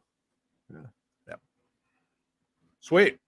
Okay, so we know what we got to do, right? We know what our lines of effort are, and now we're going to put in some work and earn some retirement points. Yep. So yeah, basically it's Duke gives his little, we're not going to let that happen, okay? Let's move, Joes. Whatever. No, Joe, that's fine. Right. Yeah, and then Tunnel Rat's basically like, so as the elevator's going up to the surface, he's like, hey, drop us off here, and then we're basically going to cut it off. So they know that Unit 1 is going up through the ductwork. Well, they're going to go high and cut it off. There you go. Yes. Are you there? Did I lose you? No, I'm here. I don't know the reference from that, the Burning Man. Burning Man, it's like that big weirdo festival in the desert. Okay. Yes, the SR-71 was built by Lockheed Martin Skunk Works. That is correct. I forget that one guy's name. He was like their big time designer. He also designed the U-2 spy plane. I'll think of it later. He was like, oh, Kelly something. Okay. Somebody Google it. Ask Sergeant Major Google. Kelly somebody of Lockheed Martin Skunk Works. He was like the best freaking dude ever. And then Star-Lord says, it's a drug-fueled rage party. Yeah. Oh, okay. Okay. Well, I guess that's why I've never been to one, but yeah, there's always been stuff going on out at Area 51 in the Groom Lake facility. Yeah. Jeremy, do you know the story about how the U-2 got its name, the U-2? No, I don't know that one. So the guy who was the very first test, Kelly Johnson, that's it. Thank you, Brandon. I love you. Kelly Johnson, Lockheed Martin Skunk Works. The guy who was the very first test pilot of the U-2 and Kelly Johnson were having this argument / discussion when the pilot came back. And Kelly Johnson said something to him and he goes, U-2. Okay. And no shit. That's how it got called the U-2. Hey, I like it, man. Yeah, right.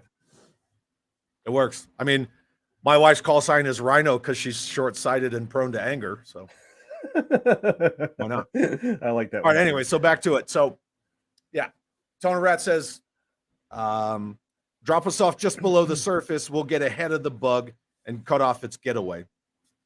And then once again, you see little inklings of the relationship that had occurred between Duke and Scarlet. Mm-hmm. So Duke says, Scarlet, make sure you stay in contact. She said, is that it, Duke? And he said, no. Don't get lost. Nothing else? And he says, stay frosty? And she goes, jerk, and climbs into the tunnel. Yeah. Yeah. So they're doing a really good job of kind of like laying out the relationship that did occur between the two of them. So, Paige, that was like significantly louder than the rest of them. Actually, Like, something's going on with your your stream deck, but you know that happens to Ryan sometimes too. So sometimes it'll be way louder than it is, and other times you use it. It's I don't know. It's Yeah, weird. I think a lot of it is just the like the wave files, like where you get them from and how you cut them and things like that. But anyway, okay. So we were talking about their glasses. So if you look to the right, the second panel down on the right, where you see he's kind of looking at overlays, and then you see like in that orange, and then you see the panel below it with the green. Sure. So that's Dusty directing them through the ductwork, and that's what they see. Okay, gotcha. They can kind of see the schematics as they're looking around. Okay, that's cool. So anyway, top left. So there's old Beachhead, right? Mr. Wayne Sneeden leaning against the Awe Striker, and he's like, "Stay frosty, huh?" And Duke's like, "What do you mean?" He's like, "That's not what she wanted to hear." So Duke said, "Yeah, it's over between us." And then Beachhead says, "If it was, she wouldn't be mad at you." And then old Rock and Roll there on the right, who looks like Matt LaCroix. Mikey, if you're still here, I don't know if you can confirm. Matt LaCroix looks like Rock and Roll, according to Scott Atkins. And then Rock and Roll says, won't you open your heart to us, Dookie? Oh, Dookie. Oh, Dookie. Yeah. So then they get to the top and they come tearing ass out of that Quonset hut. So the Awe Strikers are moving out. And if you notice, there's an actual no shit like 30 millimeter Gatling gun on the back of that thing. That's what I was looking at, and somebody had addressed that in the chat. Also said it's good. It's cool to see like a minigun, you know, on top of an All Striker, right? As opposed to like a quasi tow missile. Yeah, I don't know. I always kind of equivocated that thing with like the Gauss cannon from Halo, you know. Yeah, I could see that because I mean it shoots, you know, if I remember correctly, like from the cartoon, it used to just shoot a big beam out of it, you know. Well, but that's what everything did in the Sunbow series. Even the Ram cycle fired, you know, lasers. But right, yeah, it's supposed to be some kind of AT, you know, wire guided or something. Yeah, I just assumed. See, Mikey agrees. Rock and Roll and Matt LaCroix are the same guy. Yep, there you go. Okay. Yeah. Cool. All right, so top right. I'm failing to see ground guides in front of these vehicles as they're bringing it out. Yeah, where's your ground guides? I don't see any PT belts. They're bringing it out of the bay, right? I don't see any ground guides there. Yeah, I don't see any ground guides. There's no reflective belts. I don't see any. Do you see any PPE? Yeah, you guys you're asking for an injury. Yeah, you're gonna get a safety stand down. I don't see any PPE. Right? No eyes, no gloves, no brain bucket. That's it. Yeah, nothing. Somebody's gonna come get you. Oh, look, Not Top Goon's here. Yo, what's up, dude? Hey, Not Top Goon, what's up, buddy? Good to see you. All right, so top right, Scarlet and Tonal Rat right there going through all the duct work because they're about to cut off Unit 1. Scarlet pings Dusty and asks him to help out, and he says, you're coming up on a junction. There's a vent opening in the floor, and then you see Tonal Rat comes out of the vent. And he says, I see it, we're entering, and he says, make your way west, which is weird, right? Because you're using direct, like, how do you know which way is west when you're underground? Right? Yeah, I don't know. That's interesting. I mean, they're not using left or right, and they're not using clock, which is what we always use in the Combat Arms community. We always use clock. Yeah. But you're going to hear clock. They're going to give a clock direction here in a minute. So, I mean, maybe I guess with his hearing someone not wearing the proper PPE. Yeah, it's right there. Look at that panel where they're coming out of the Quonset hut and the All Strikers. No eyes. Well, so Scarlet got some very new, very expensive eye pro. Yeah, she does. Yeah, she got that fancy eye pro. Yeah, but I don't know. Maybe with Tonal Rat, maybe with how often he does this kind of stuff, maybe he just got a crazy sense of direction. Maybe it could be, or maybe he has that some kind of magnetic azimuth in his goggles. Yeah, could be. He's rocking those Sam Fishers. He's got the tri-tube third echelons. We saw those in the first one too. Yep. Yeah. And then so Dusty's just navigating them, right? Actually, Chad, I'll be back. Give me 1 second. I'll be right back. Okay, cool. I'm gonna do this all by myself. It's just me. So Dusty's directing Tonal Rat and Scarlet, and he says, make your way west. It terminates in an air shaft. It's the most direct route to the top. And then basically Tonal Rat is asking, do you think the bug knows that? It's just, some kind of interrogative. Yeah. And then Scarlet's some dumb banter about it's the squeeziest. Whatever. That's dumb. And now we're going to change the page. See, I can do all this without Jeremy. Whatever. We're good. Yeah, I needed to be here. I'm just kidding, dude. Hey, so check these out. Let me see. Hang on. Make yourself moss big. Like that. Yeah, I got these from an Etsy seller. It's I sell 1/12 scale goggles. Yep. I'm doing a custom Sam Fisher. And so I picked these up. Those are rad. I would like to find those in 1/18 scale. I mean, hopefully say some shit. Hopefully Marauders would do something. I mean, I just don't see anybody else doing anything in 1/18 besides Marauders. A lot of people do stuff in 1/18 scale. I don't know. Mikey, make me some freaking third echelon Sam Fisher goggles, please, in 1/18 scale. Mikey can make anything. And they're actually functional, please. Functional 1/18. Yeah, make sure that they have like LED lights in them, so they're cool. Thank you. Actually. All right, so moving on. So they're still dicking around in the ductwork, right? Earning that retirement point in the dark. Yep. Because that's what some of us do. Mm-hmm.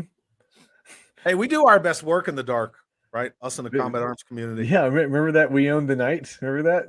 Yeah, we do. So Scarlet says, oh, hey, Dusty, right? There's a cooler coming from an opening, and it could be a shortcut. And then Tonal Rat's like, what? And then Scarlet, she just, Tonal Rat's got to catch her because, that's obviously the fresh air intake. And, yeah, so she almost goes into it. This is kind of one of those little Star Trek things, right? Where you have those weird areas in the ship, right? Like, you got to imagine that the HVAC system for a facility that's the size of the pit has got to be pretty damn robust. especially from that 2-page spread that we saw in the first issue. I mean, this is like a city that's underground. It's got like high rises in it. Yeah, it does. Yeah, you know it's massive. Yeah, and they even talk about all the little exits, and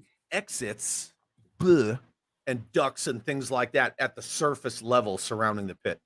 Patrick, PPE is personal protective equipment. Yep.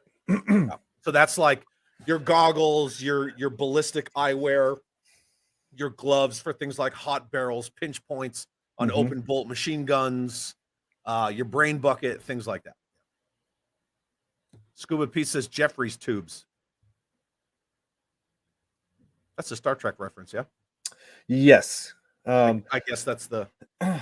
No, I think Jeffrey's tubes are what their little elevator, their turbo lifts or whatever go through, if I'm not mistaken. Right, but it's a Star Trek reference. Yeah, it's Star Trek. Actually, it's from The Next Generation, Season 2, Episode 4. Episode 4. If you fast forward to 17 and a half minutes into the episode, you'll see. Data says that he wants to go explore something with his cat. Yeah. Did you watch Picard? No. I have no desire. Yeah, me either. Yeah. I heard season 3 of Picard was freaking awesome though. I have to be one of those people that just missed it. You know? I'll just say like, okay. Yeah, I'd rather, when I think about my late grandfather, I always think about him around the time I was between 10 and 15 years old.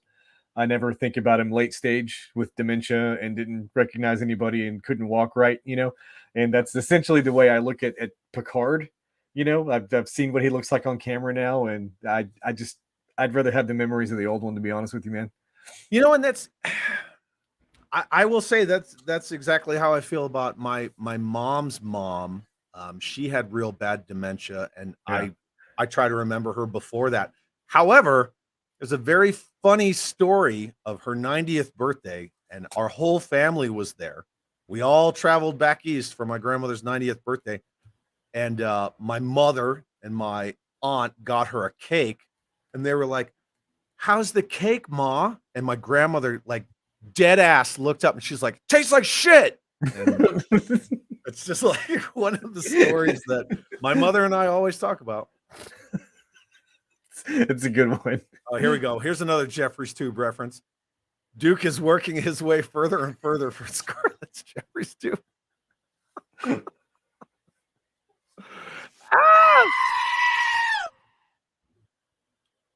Terrible. That's pretty good. I really want to get to this next page because I see somebody bottom right down there who I'm very yeah. to. Jay Bartlett and I had a pretty good little conversation about him. I saw when you guys were talking about because Battle Android Trooper and Barbecue. That was just before I had to bounce out the first time. Yeah. So in the top right panel, there's old Leatherneck. Leatherneck, and he says suppression fire. So when I read that one little piece, I was like, man, that bothers me, right? Because we don't say suppression fire, we just say suppressive or suppress or whatever, right? Yeah, it is what it is. But if you notice on that panel with Leatherneck saying something inaccurate, you see a couple of green shirts to his right getting tuned up a little bit. Yeah, It looks like they're definitely taking effective fire right there. Oh yeah, for sure. Whoever that is, that's low, that goes ugh. For a minute, I thought it was Bazooka, but you don't see the 14, even though he has the goggles and the Tom Selleck stash. Right. So unknown if that's Bazooka, but whoever it is, he just caught one in the left lung. So yeah, it's not good, and that's for sure Leatherneck right there. That's Leatherneck, yeah. Okay. Yeah. He's got the stock under his armpit, and okay. He's rocking that commando too. Don't like that. Rifle. Yeah. Well, it looks it looks like the old like a Vietnam era Car 15. Yeah, I don't know. That's why I said commando, but okay, yeah, gotcha. So Anyway, so that's the last little hunter killer arachnid drone thing that we don't really have a name for, but Unit 42, whatever we're going to call it. Yeah. So then they're trying to tune it up. And then one of the guys, I don't know who it is because there's no names in here. The one who does get rocked that's lying in the middle of the floor between this drone and the fire team, his name is Boomer. Take that, Boomer. Right. So they're basically saying, like, you know, I'm down to this many rounds. I'm down to the, you know, my last magazine. At least they say magazine. Thank God. Right. And they say Boomer's not going to make it. And then here comes your boy. Exit or enter stage right. Yep. And go ahead and switch that page. I'll make the chime. Bam. So barbecue just straight rocks this thing with a fire axe. Fire axe. I mean, all the all the projectile weapons thus far have been in a target, and, until Barbs comes up and just Gabriel Kelly himself, right? Anyway, this barbecue's it's got a funny. sweet mustache too. Yeah, it's like it's cool. I like it, but I think it's funny that you've had all these like modern weapon systems that have just been, you know, bouncing off this thing. Yeah, and then here comes Gabe and like out of nowhere. Here he comes. Don't touch that door, and then he freaking rocks it. Anyway, so all barbecue says is all you need to know is where to drop the edge. And that's pretty much it. And then they just smoke it. And then you see Destro and his peeps. They're all mad about it. And Destro says, well, the drones did their task. Now it's up to Unit 1. And what's her name? The female Scottish person basically just says, you know, it'll give it time to get away. Yeah.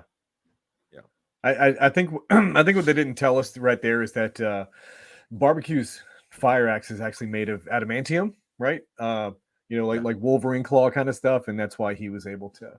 I'm sure someone somewhere is like, oh, you know, it's not a regular fire axe; it's like diamond tipped or something, you know, something like that. Diamond carbide tipped. Yeah, I don't care. Yeah. I don't care what the hardness of that edge is. I care like how much force does he have to put behind that, right? Regardless, right? It's G.I. Joe, so there it is, right? So he smashed that fucker. You know, he was able to, if you look at that panel, he had the strength to propel his own body weight through the air like that. So you know, this guy's he's definitely packing a punch, but okay. I'm done with that. There are catwalks above him. Maybe he jumped down. Maybe. Whatever. He just comes into the side of the panel and whatever, he smokes it. So and then the last thing Destro says is once Unit 1 gets away, what she's saying, and then he said, then we can strike in force or our client can. So again, we're talking about the client. Mm-hmm. And then top right, Tunnel Rat's saying, you know, these vent shafts will leave the pit wide open. And I really like this part in this panel where he said, there should be motion sensors installed. Lessons learned, huh? Because one thing that we always do in the Army is lessons learned, right? So we have the Center for Army Lessons Learned. And every time we do our AARs, right, it's to improve the next mission or future training or things like that. So lessons learned is something that we're really, really big on, especially in our positions, yours and mine, as the backbone of the Army. Right. So yeah, like anytime, you know, there's when a training event is over, or we call them like lanes, right? We'll set up like it's like a small, very, very contained, kind of almost scripted training event that, you know, you'll have a small unit, you know, come through and react to and stuff like that. And then we hot wash it at the end, right? That's kind of like it's kind of like the enlisted man slang for doing an after action review, right? We hot wash. Improves. Yeah. Give me your another one from old school. I say old school Army. We're talking like 2008 or something like that. It'd be, hey, 3 ups and 3 downs, you know, which is give me 3 things that went well and then 3 things that did not go so well, right? But see, I was one of those guys. I never liked the 3 sustains and 3 improves. I would go around to everyone, and I wouldn't go left to right or right to left. I would just pick. And once you start randomly picking people in an AAR, and it doesn't matter what it's for, or a hot wash, right? Because a hot wash is a condensed, abbreviated after action review. But I would go around to everybody, and like, I don't care if we were on like real world missions or doing a training lane or some kind of scenario or something like that. But I learned that the way that I can get the most quantifiable and reliable feedback is call on everybody. Don't do the 3 ups, 3 downs, because some dumb shit is always going to say like, oh, well, the training aids were good, or oh, we should have had like refreshments. You know, that stuff's dumb. Right. But I would always call on like, I'm going to call on this lower enlisted Joe, and then I would ask like the PL. Right. And then I would ask like one of my squad leaders, and then I would just start like going around picking and choosing. Like, you give me a sustain, you give me an improve, because everybody starts thinking like, oh, now I'm gonna like, I know he's gonna call me. Right. Yeah. Thinking of something. You'd be surprised. I'm sorry. Go ahead. I was gonna say I got the most useful feedback. Jim says 11 up and 3 down equals 8 up. 8 the F up. You're 8 the up. Yeah, I always, during a hot wash or an AR or something like that, I always I like to talk to the Joes about it, right? Your junior enlisted soldiers, and say, hey, what did you think just happened? Did you know exactly what we were, what the end state of this was supposed to be? What was your mission? You're right. What was our end state exactly? And it's like, well, I was pulling security to the east. It's like, okay, but why? It's like, that's the word, right? Yeah. Why? Because nobody else has pulled security to the east, so I did it. It's like, okay, I mean, that makes sense. But if we're talking World War II days, you could be a specialist right now, and then 45 minutes from now you could be the fucking platoon sergeant. So you may want to pay attention to the briefs before you head out there. But I love this one. How many times have we all bitched about why isn't brass magnetic? I mean, obviously it can't be, but how many Joes have said that? Like, oh, it'd be so much easier if brass was magnetic. No, it wouldn't be. It really wouldn't be, dude, for a couple of different reasons. But okay, a lot of different reasons. Yeah, very cool. But I did appreciate the fact that Tunnel Rat talks about lessons learned. Yeah. Oh, yeah, for sure. It was one of those nice little things that I can attach my personal experiences to in regard to a Joe. Well, hey, lessons learned, right? Hindsight's a bitch. So if we'd have had these systems installed in here, we'd have found it a lot faster. Until they find it right now, and Tunnel Rat uses a little mirror and he looks around this corner, and there's Unit 1, and it fucking straight stitches his arm up. So Unit 1 puts it looks like 4 rounds through his hand and his forearm, which ain't good. And that's not good. Of course, depending on the caliber and the heat behind that round, you probably just shattered every bone in your arm from the elbow down. Yeah, I think but when he goes to the VA later, it's not going to be service related. So it's totally not service related. Be like, you said here on your easy form that you broke your wrist skateboarding when you were 11 years old. Not service connected. Yeah, not service connected whatsoever. You're like, so all these rounds that I took, no? Okay. No. I mean, that thing's rocking at least a 7.62, right? At least. Yeah, you take 4 308 rounds to the at close range like that. No, nope, it's not going to be good. Patrick Strauko, just wondering how OSHA and a modern Army standards compare. OSHA has no bearing, Occupational Safety and Health Administration, right? It has no bearing on DOD. DOD has all its own policies. Well, with occupational, in some scenarios, yeah. Like what? In some scenarios. Well, but yeah, because we have OSHA handbooks and stuff. Like down in the mudroom. I've seen them before. What are you talking about? Dude, I swear, I've seen OSHA handbooks like in the mud rooms and stuff before. I have never. Okay.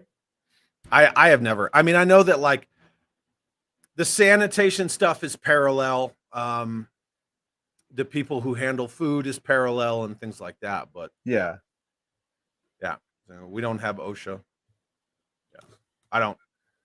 I've never seen any OSHA stuff, but we have to follow a lot of the same guidelines. But OSHA's more like civilian, Right. but Yeah. Anyway, I know they borrow piecemeal from each other because we have all the standards with like porta potties, and then when you talk about latrines in buildings, you can only have so many latrines for so many soldiers, and then when you use the porta johns in the field, they have to be cleaned so often for so many soldiers and things like that. And then there's like all of our POL policies, right? Yeah. And Spillage and things like that. Well, and all your POL is going to have their What's up, dude?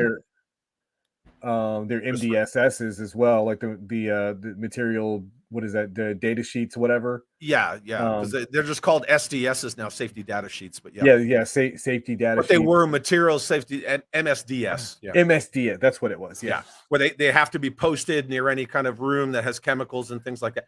Dude, there's even safety data sheets for like whiteout. Sure. Yeah. You know what? You know what? I know a guy who used to be our pubs guy.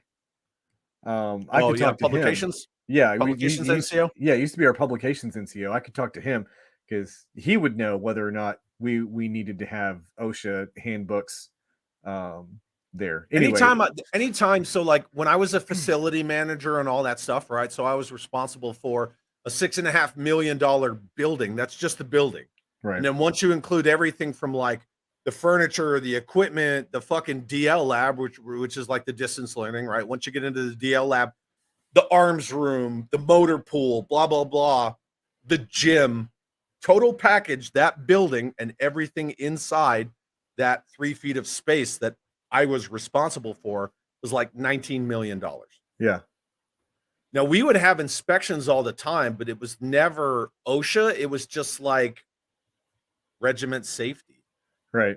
Yeah. So yeah. I don't really know what they did. I know that we had to have 1 million freaking safety binders for 5 million different things. Yeah. But it's essentially it's like OSHA compliance, even though sure, I'm sure the compliance is the same, but it all boils down to like Army regs. Right. So like OSHA can't come into your into your TOF, right?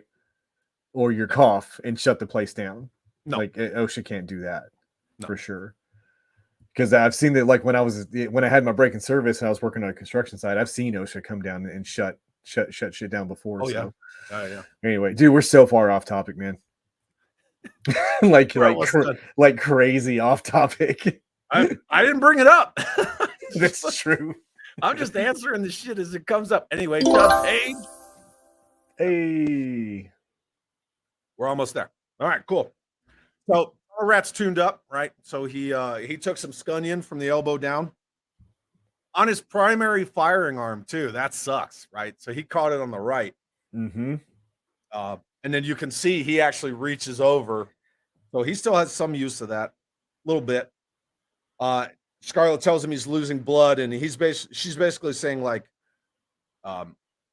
"Hey Dusty, what's the shortest route back?" Right? Because I'm gonna Kazovac this dude. Mm-hmm. Medevac, because Kazovac is no Karen route. So he's gonna back to the C2, and Tunnel Rat's pretty much like, nah, like I can self recover like here, and he's like, take my Colt and stay on it. Mm-hmm. So she does, and then so she follows it. It makes it to that shaft. The shaft. He said, "Take my Colt." Yeah, that's exactly what he says. In that the top panel where you see he's holding it by the slide. Right? That's a Beretta M9. I think it's supposed to be a 911. A 1911. Yeah, because if you look in the bottom left where she's coming out of the Okay. And see, she has her sidearm in her left hand and his 1911 in her right hand. Okay, all right. I guess it looks more like it right there, but that panel right there, it looks like it looks Right, like where she's M9. saying little pest, where she's still lying in the prone. Right. Okay. Yeah, that's hers. That's her sidearm in her non-primary firing hand. Okay. Gotcha. Yeah. So she's got them both, right? So she's dual wielding all akimbo style, Halo 3. Hook it up. Right? Dude. And so she basically just leans out into the shaft and she starts popping this thing. Calls Dusty. Dusty says, it sounds like you found a firefight. Now we're in the top right panel. Mm-hmm. And she says, the bug's in shaft number 12, moving up. I'm going back to Tunnel Rat and we're withdrawing. See, at least she says withdraw, not retreat. I like that. And then she says it's up to Duke now, and you can see it kind of lasers out of that shaft. What? It's just talking about Shut your mouth. Shut your mouth. Shut your mouth. See, JLS Comics, thank you very much for being here. He says, I think AR 385-10 covers industrial safety, chemical handling, etc., similar to OSHA guidelines, right? Okay. Hey, look, I learned something new about the Army every day. Yeah. So Army regs. Yeah. And they all draw on each other. It's the same thing with the SHARP program, right? Which is sexual harassment and rape prevention, right? Right. The Army SHARP program. The DoD was tasked with coming up with a sexual harassment and assault prevention program. And the DoD being the DoD freaking dragged their feet. And so finally, Congress went to what are they called? Nova. It's a civilian organization, right? Right. Yeah, they went to that civilian organization. They were like, hey, write a sexual harassment and rape program for the Department of Defense. And then that's why whenever we all go through SHARP training, all we get told is that we're all basically rapists, and if we don't take this training, right, we're going to be like perpetrators, and everyone always feels bad when they go to SHARP training. Yeah. So as a Nova, yeah, National Organization of Victims Advocates. Right. That's what it is. Nova. So I am a SHARP rep, and I'm Nova certified and all that stuff. Got my Nova ID card and all the rest of that stuff. Nice. Very cool. It's interesting training to say the least. And then once you're on the inside of it, you start to see the cracks in it. How it is not what's the word I'm looking for? It's not a very, you know what, I'm gonna hold my tongue on that, but it has its issues for sure. As you work, we can drop down to platoon net after this and have a chat.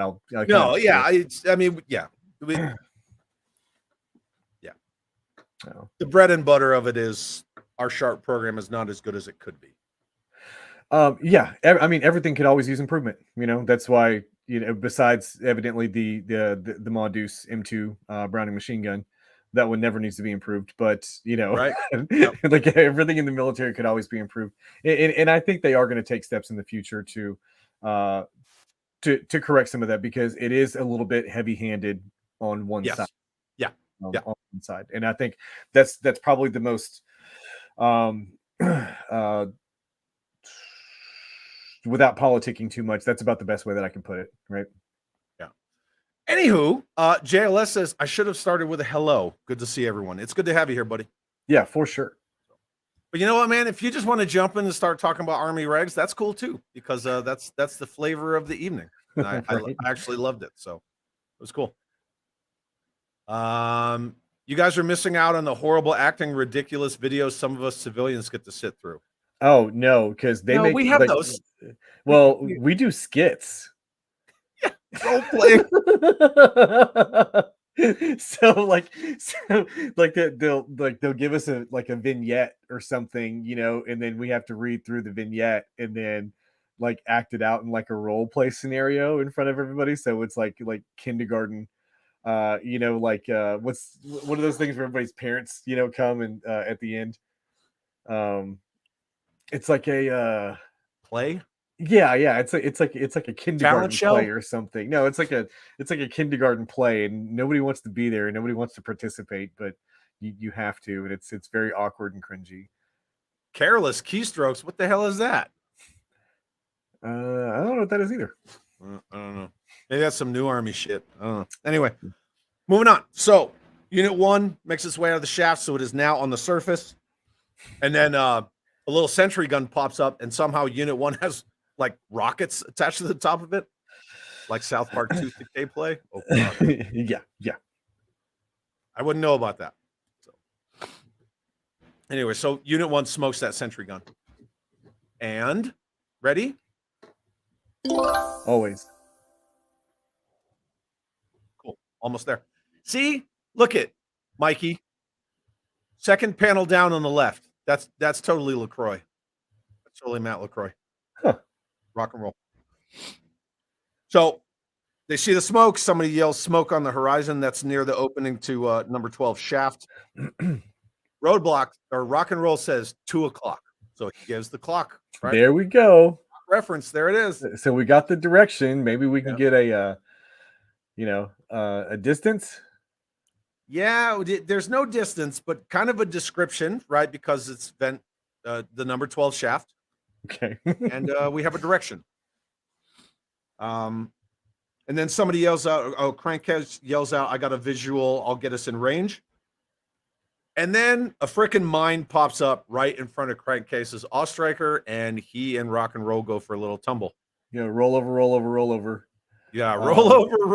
Oh, God. Roll over. I like Crankcase's very classic Joe inspired helmet right there. Yeah, that's like 82 Joe inspired. It's super 82 Joe. But it has a chin strap, which is cool. It's cool to see a chin strap on that, right? It's like he's not John Wayne in it.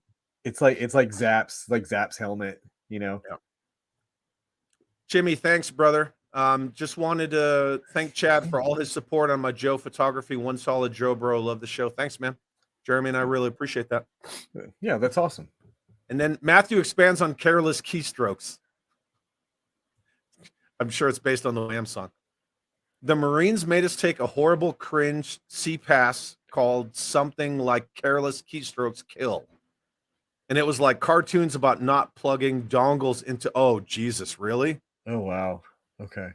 Oh, yeah, all about the externals. The Department of the Army is about that, too. Like, you can't use a wireless mouse. You can't plug anything into your government computer. Right. And then we have to take annual training. Me, bitch. Watch me go. Yeah, and then we have to take annual training on what to do if like we're inside of a skiff. When am I going to be in a skiff? Like never. Do I look like the S2? Unless I get assigned to some kind of weird duty at the Pentagon for some reason. Yeah, a skiff is a secured compartmentalized information facility. Skiff. Yeah. Sorry, I should have. Yeah, it's all good. But it's like it's like scenario. You're working in a skiff, and Brenda comes in and says that she lost her badge and wondered if she could use yours to get in. And it's like, first of all, I don't know. Did you put your phone in the cubby hole? I work with green suits. Okay, I don't know who Brenda is, and the other thing is I'm not going to any skiff. Who the fuck is Reggie? Yeah, I don't know who Brenda is. Yeah. Anyway. All right, cool. So we're going to move on. So Crankcase and Rock and Roll are down. They took a mobility kill from a mine, which kind of lucked out because Rock and Roll was he was standing nice and tall in that Ostriker, and that thing air bursted. So whatever. Yeah, not that. While the Ostriker was very, very cool, I think it would be a fantastic reconnaissance vehicle. Because of compact and looks to be very light, but there's no protection in that thing whatsoever. Yeah, because I mean the Ostriker was based on that fast attack, soft little desert buggy anyway. Well, yeah, it's a dune buggy with a roll cage, and like that's it. Yeah. And then you see Crankcase laying on the ground. He got his bell rung, and he says, "Freaking A, man! I just rebuilt that engine." And then Brain says the perimeter defenses must have activated when the CNC went down, which is their command and controller, what we call C2. Right. Then Mikey's like, wipe out, bro. Wait, so Crankcase said that he rebuilt the engine? Yeah, because it's a crankcase or a clutch thing to say, right? Yeah, for sure. Dude, wouldn't that be so cool in the Army if like your vehicle drivers were the actual mechanics assigned to that bumper number? You know, that way it's like, hey, your Vic's down, and it's like, well, okay, so driver, why is our Vic down? in my heavy weapons company, my supply NCO, before he went to 92 Yankee and came to my unit, he was a wheeled vehicle mechanic for the Army. And then he went supply and he wound up in the weapons company because we have all the 1151s, the 1167s, and all that stuff. Sure. He wouldn't take our vehicles to the shops half the time. He would just, if it was something simple, he'd just fix it himself right there in the fucking motor pool. Yeah. And he was so value added, man. And Well, I was a big proponent. They were like, "Oh, well, we can't fully man the weapons company." And I'm like, "It's only 80 packs. Like, why can't we fully man the weapons company?" And they're like, "Well, we have a problem because it's a remote located unit." And I'm like, "Here's what you do. All of our driver positions are 11 Bravos, right? Right. Why don't you just go into the MTO and change all of the driver paralins to 88 mics?" There's That's no their job. And I got looked at like I was insane. And I'm like, they're just vehicle drivers. 88 mics have to go through a combat convoy tactical training anyway. Right. Like, if they have to go through tactical combat convoy operations, why can't we have 88 mics as drivers? You free up all those other 11 bangs. You got more gunners, more A gunners, more opportunities for vehicle commanders, more opportunities for promotions. You just filled your unit. Sure. Right? Keep it simple, stupid. And they were looking at me like, we can't do that. And I'm like, sure you can, man. An MTO change isn't hard. You just get a hold of the PBO. Yeah, an MTO change isn't hard. But then getting the manning for that once the MTO is changed. 88 mics are a fucking dime a dozen. Are they? Where I am. Okay. Yeah, maybe it's a different story, but there's way more 88 mics than there are freaking 11Bs. You think there's more truck drivers in the Army than there are infantrymen? Where I am. Oh, where you are. Okay. I'm not talking Army wide. I was about to say, dude, you need yeah. Okay. No, the only thing that I know logistically is that for every one of us, me and you, everyone in the combat arms community, there's 9 people to support us. That I do know. Yeah. Anyway, moving on. Yeah, but those people also support a whole bunch of other people. Yeah. It's not 9 to 1. Right. Yeah. Okay. Just making sure for clarification reasons. But there are only so many of us. Yeah. Well, especially scouts. We're small. The reconnaissance community is very small. Yeah, you're the smallest. Yeah, the recon community is the smallest third of combat arms for sure. Yeah. So anyway, so Brain says that the perimeter defenses must have activated, right? So they apparently they just went into defense mode. Mm-hmm. And Duke says, well, we can't drive around all the mines. And Beachhead comes back with the bug will be free of the blind spot before we can catch it. And then Duke kind of looks over to Brain and says, Brain says, I'm not riding through that minefield. And then Duke says, you're right. You're not. And switch the page. I'll do the little Chinese time. Do I think what's about to happen next is what's about to happen? Somebody that could fly through the air? No. Oh. Get it. He just throws him out. So Duke throws him out. Because obviously Brain's not, again, we were just talking about this, right? He's not a combat arms guy. Right. He's like your little nerdy guy. So he kind of pushes him right out of the passenger side. And he says, bye-bye, Brain. And then he says, your shotgun now, Beachhead. Yeah. And that's it. And Beachhead says, have you thought this through? And then Duke asks, have you? And then the very last panel in chapter 4 is Beachhead saying, would I be here if I had? Sure. And yeah. Next thing you see, all the mines going up. Yeah. So these two are about to tear ass through the open desert in a minefield. And that leaves us the end of chapter 4. What would have been cool is that you turn the page, next panel, right? And it's Wild Bill, right? Coming through flying over the top. Like, he doesn't have to worry about this stuff, That would have been kind of cool. Yeah. Yeah. Yeah. the way that it plays out in the next couple of pages is pretty good. I'll give a slight preview here really quick. Ooh. It kind of looks like that. So yeah. But it plays out well. Yeah. I like it. I think we're gonna get into I mean, there's been action in these, but it's been like kind of like unconventional stuff that's going on. So I'm Chapter 2 was the most kinetic so far. Yeah, exactly. That's exactly the term that I was looking for. I'm really looking forward to this getting more, kinetic, right? Bad guys shooting at good guys and good guys returning fire and stuff. That's what I'm looking forward to, because it's my bread and butter. That's what I really like. So high intensity conflict is my friend. Yeah. The two-way shooting range, that's where I feel most comfortable. Not really. That's a weird brag to make. It doesn't make me comfortable at all, but but in a way, there's something eerily calming about it at the same time. That it's hard to explain to people who have never experienced that.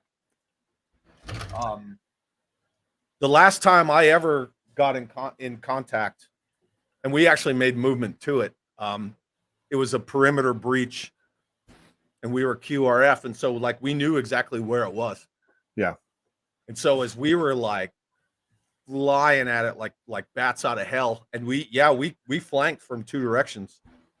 I had a 2-truck element with me, and I was just like, I was super calm.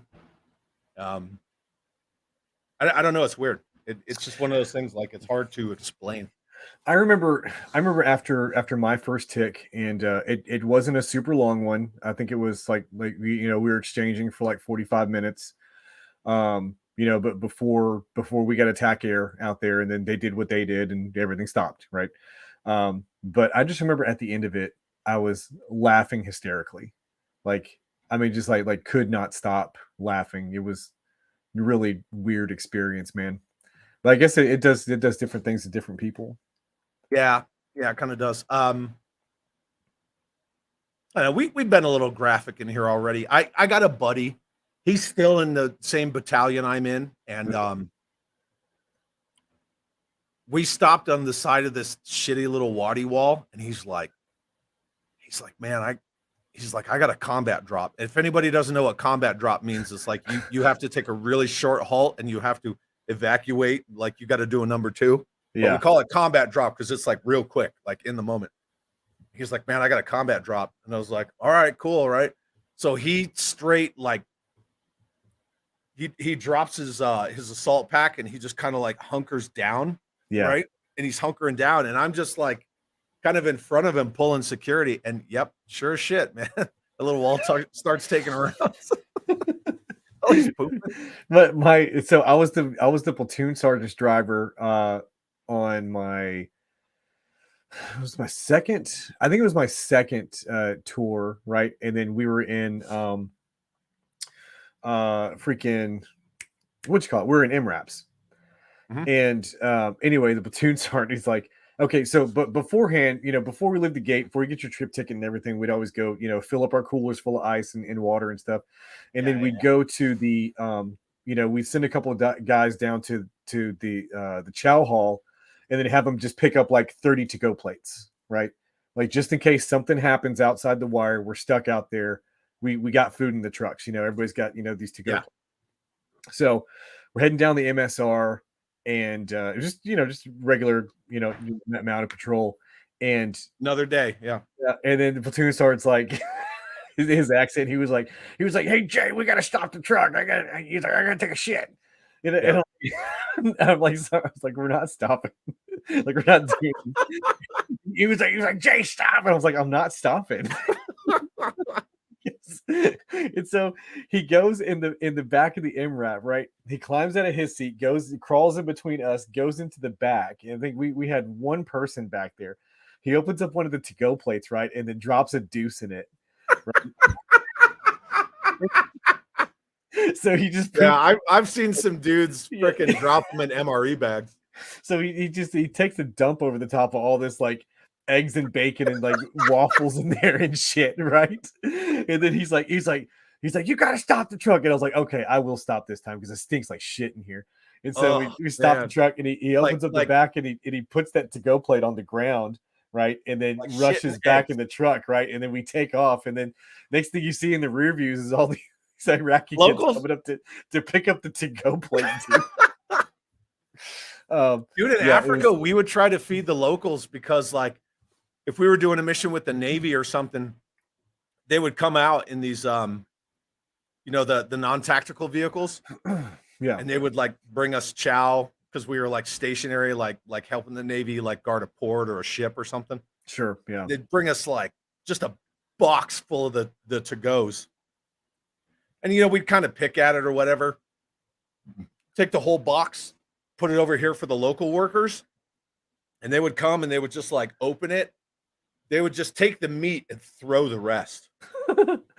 And I'm like, dude, you don't want the rice? What's the matter with you? Like, you're all freaking starving to death. What's wrong with rice? Like All they rice ever is- wanted was Gatorade, and they would just call it orange. They'd just be like, orange, orange, orange. I'd be like, get out of my face. I don't have any Gatorade. We would always water. They'd be like, no, orange, orange. when we were leaving the DFAC, I remember Taji was really bad about this one. They would just have stacks and stacks and stacks and stacks of first strike bars, or we used to call them hula bars, right? Yeah, the hula bars. And so we'd take handfuls of those things, and then when we're going through towns and stuff, our gunner up in the turret would toss them out to the kids and stuff, and so the kids always like having us come through, and they would have the little packs of gum that were free too. We get handfuls of those and load up your cargo pockets with it, and pass them out to the kids as you're going through town and stuff. Yeah, the kids can barely speak English, but they'll go chicle, chicle, chicle all the time. Yeah, chicle. Chicle, chicle. I'm like, who the fuck taught them that? Right. Chicle, And they're like, there were so many just like weird things about Iraqis, and I don't know how it was in Afghanistan, but like I could, they all said the same shit. Well, like it was weird. There was weird things like up in the gunner's turret, I could point the 240 at a crowd of people and they would not care. Like they would not care. Sidearm. Right. You come out with your M9 and then you part the C's. Yeah, because somehow with the handgun. That's what they know, because that's how their fucking loved ones get executed. Right. Yeah. You come out with a handgun and they scatter. Say that. I mean, it's factual, it is. Yeah. Rifles, they don't bat an eye at an M4. No. Because they carry AKs since they're like 5. They don't bat an eye at an open bolt. Sidearms, or if you come at them with Jack Johnson and Tom O'Leary, they don't like that either. Like they do not want to get socked up. See, we got one from Matt Mahler here. Says we used to raid the DFAC chow halls on BIOP all the time, and some poor Air Force E3s would always be like, "Hey, take one Gatorade, get out of here, nerd." Yeah, like we come in from a mission. That's we're coming. true. That's true as well. Yeah, shotgun making. Yeah, your breech gun. We come in from like, like a night or no light, low light, nighttime patrol, whatever you want to call it. Yep. And we try to go in there for midnight chow. Whoa. Yeah. Whoa. And there's like this E3 at the door. He's like, "You guys are too dirty to come into the dining facility." And we're like, "If you don't get out of my way, like right now." The sergeant major says you can't be in here in combat shirts. Get the fuck out of the way, private. Yeah, I'm not a private. You're a private. Get out of the way. Yeah. So it's 02 right now. So if you would like to go to the sergeant major's shoe, and knock on the door and wake him up to alert him to the fact that we were in an unauthorized uniform, even though we just got back off a mission, be my guest. Please have at it. See where that gets you. Please go let the post command sergeant major know that you're denying soldiers food. Right. Yeah. and that- wake that- him up in the process. it's gonna go super well for you. We'll be here waiting. Yeah. We had this one sergeant major, and he was like some triathlete dude. Didn't really do anything. He was just one of those guys, right? Because you and I have talked about the whole sergeant's major position and whatnot. Right. And he would come in the chow hall. I think I've told you this already, how he would have one plate of food and then his food scale and then an empty plate. And he had so much time that he would weigh all his food and measure it. And then he would put that food onto his plate that he was going to eat, and the rest he would just push to the side. And one time, a bunch of us went in there. It was probably 12 of us, right? 3 trucks, 4 packs each. We go in the chow hall, and we had a mission to run. So somebody stays with the trucks, right? So that's 3 guys, 9 guys go in and eat chow. You get the lower guys in through first. Generally, the drivers and the gunners kick them back out, and then the other guys go inside and eat. Right. And that sergeant major stood up on the table. It was like, "You fucking infantry guys, you make the army look bad because you're in here unprofessional in your combat shirts and your body armor looking like shit." And I was like, "Oh, we're going to be like that?" I'll have my colonel give you a phone call. Yeah, exactly. Exactly. You know, we used to talk about, weighing out his portions and stuff. With the stuff that we were doing, at least, when we were downrange, we would spend, and this is the maximum, right? Sometimes I always have a shoulder. Oh, for sure, like a brown leather shoulder holster too. But we would spend 72 hours outside the wire sometimes, Yeah. and so we would tell our guys, hey, as far as priorities of work are concerned, when we're out there, eating is not very high on that list. Nope. So we'd It's say, not. hey, look, if we've got the time for it, you need to shove everything you can into you right now, because I don't know the next time, I'm going to give you the ability to chow again, Yeah. And so and a lot of Joes get it, right? Yeah, Right.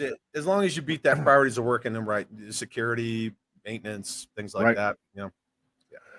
So that's what I was talking about anytime someone puts a star on their chest, they stop soldiering at that point, and then they start politicking. And that right there, that's a CSM that probably stopped soldiering a long fucking time ago. Yeah. Right. Yeah. You're downrange, and your guys are coming in there, and you're eating with your body armor on and stuff, and a combat shirt. Where do you think we are? We're receiving combat pay. Yeah. What's the problem with me wearing a combat shirt in here? Yeah. It's And there's the point right there. You got to love fobbits, man.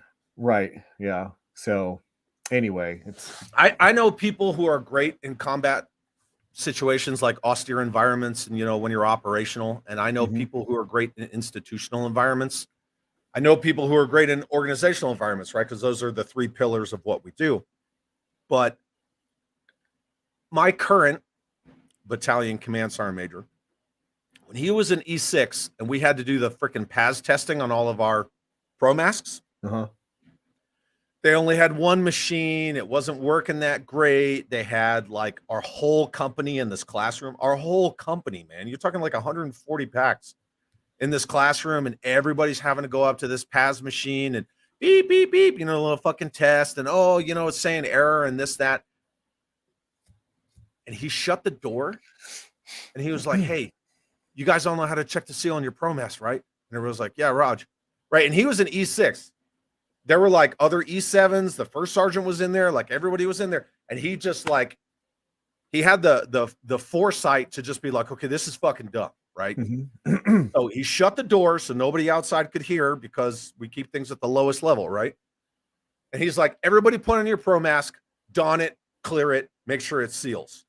Everybody did it. And he's like, "Did anyone have a problem with that?" Nobody raised their hands. She's like, "Fine, you all fucking pass. Get out." Yeah.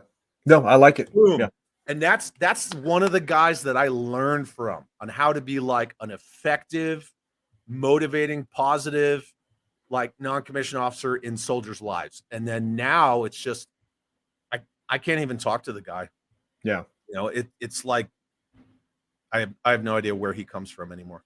Yeah. And now, ever since COVID, he won't shake anyone's hand. He walks up and I'm like, "Hey, Sergeant Major." He's like, "No. And I'm like, "Oh, okay, fucking 3 years ago." And Yeah, that's really weird too. I'm like, "That's dumb, dude." Anyway, well, hey, I think this is our longest one yet. We're going on 2.5 hours. It was fun though. I think we needed it. Yeah, I think so too. And it was a really weird, kind of long hiatus for the show. But I think we're gonna obviously try to do it more regularly. But understand that I do have a move coming up, and so like I'm not even sure when I'm gonna have like Wi-Fi at the new place yet. So it's me being on streams may be a bit more infrequent than it has been, but we're gonna work it out. It's going to be a little bit of a standby, but we'll get there, right? Because we adapt and overcome. 100%. Yeah, brother. So anyway, as always, it was a pleasure. Thank you to everybody in the chat that was here. Good to see everybody back. Looking forward to seeing everybody next time as well. And you have a loose but complete on Wednesday? Yeah. We were talking about that. Yeah, we did have a game plan going into it, but that as always, the plan did not survive first contact with opposition forces. So it looks like we're going to have to divert and make something else happen. But it's going to be fun. Yeah. And then Matthew's quote in The Dark Knight here: "You live long enough to see yourself become the villain." Dude, I got to tell you, that quote as it pertains to senior non-commissioned officers in the upper echelons, right? It's right more than it's wrong. I do have to say though, there are exceptions to that, because my current brigade command sergeant major, right? Because these guys bounce around, right? They do. Like, they'll leave, they'll come back, etc. They'll go other places, but they'll come back. My current brigade command sergeant major was my first sergeant on my deployment in 2012. Interesting. I knew him when he pinned E7. I knew him when he pinned E8. I know him now as an E9. He's the same dude he always was. He's still approachable. I could text him right now and he would freaking answer me. And he wouldn't answer me with a, "Did you go to your chain of command?" Right. He's total stand-up guy, man.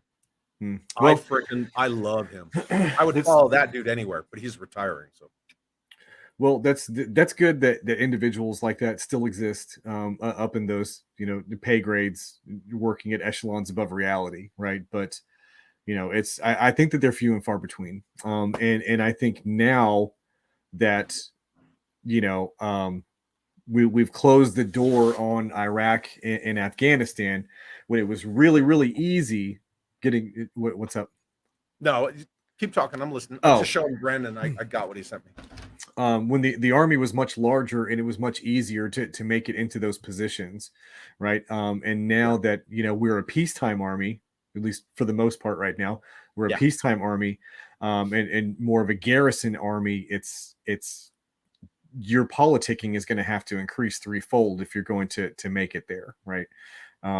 So it is what it is. That's why I have no desire. It's the as far as the stars aligning themselves in my army career, it was never going to happen anyway, right?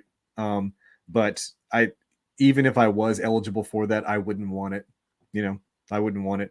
Well, I didn't even compete for first sergeant because I'm like fucking 2 hot minutes out the door. Right. So. Right. That's one of my best friends, lifelong best friend, he joined the Coast Guard. I joined the Army. Right. Our paths went different ways, but he's a E8 right now. They're trying to put 9 on him, and that's why he's retiring as fast as possible. He's like, I'm not doing it. Like, I'm just not. No desire. So. What and that's kind of one of those things. I know we're going to end it here in a minute, but it's like that's kind of the theme that runs from the first Star Trek motion picture all the way through the last one. Like, commanding a starship is your first best destiny. Like, the whole thing is like, Kirk needs to be the captain of a starship. He doesn't need to be a freaking admiral. Like, some people need to be like a soldier, and other people, I don't know. They just need to go away. And that's the problem about it, is that if you're good, that's one of the other things that the Army does, is that if you're super, super good at what you do, the Army will take you out of it. Yeah. Oh yeah. Yeah. 100%. The Army will remove you from that environment that you are successful in. For what reason? I do not know. I don't know why they do that. I'm the only master gunner in my battalion, and they moved me out of the weapons company. Right. They sent me back to the light, and I'm like, What? Yeah. What did you what platform did you go through at Mike Golf? Common Core. You went okay. Yeah, I mean, because the only thing that really applies to heavy weapons infantry would be Striker RWS. Right. Right. For platform based. For anybody who's watching, Master Gunner is a school that it's a very ridiculous hard school, but there's Common Core, which is Master Gunner, and it's the prerequisite to go to platform, which would be like Bradley, Abrams, even helicopter. Striker. Right? Yeah. Striker. Yeah, so Striker RWS was the only one that even remotely applied because it's wheeled and it's RWS. Well, you had the MGS too. Yeah, it did have the MGS, but MGS doesn't really apply to infantry weapons company because the largest thing we had was 40 millimeter or AT4. Interesting. Okay. Whatever. So anyway, well, yeah, I think that's a great place to wrap it up. Hey, so everybody that's been checking out the book, that purchased the book and stuff like that, as you're reading through it, if you have any questions about it, like as we're going through the live stream, just you pop them in the chat. We'd be happy to answer those for you as best we can. As long as it's something that we actually know about. There's been a couple times in this. Jimmy Chan can jump in here and start slamming out ARs. Right. Well, there was, I had to, after the first episode, I had to reach out to Brian Rowland, who was, no, I'm sorry. It's actually pronounced Roland. It looks like it's spelled Rowland, but it's pronounced Roland, because there was some naval terminology that was happening there that I didn't understand. So I had to reach out to a retired sailor. So, if it's actual real thing, we'll try to answer it. Yeah. All that prologue stuff. Yeah, all that. So anyway, well, hey, it's been a blast. Thanks to the chat and everybody here, and looking forward to seeing everybody next time. Yeah. Thank you all very much. And don't forget to check out Loose Butt Complete Wednesday night on 3 POA. If Jeremy's there or not, we'll see.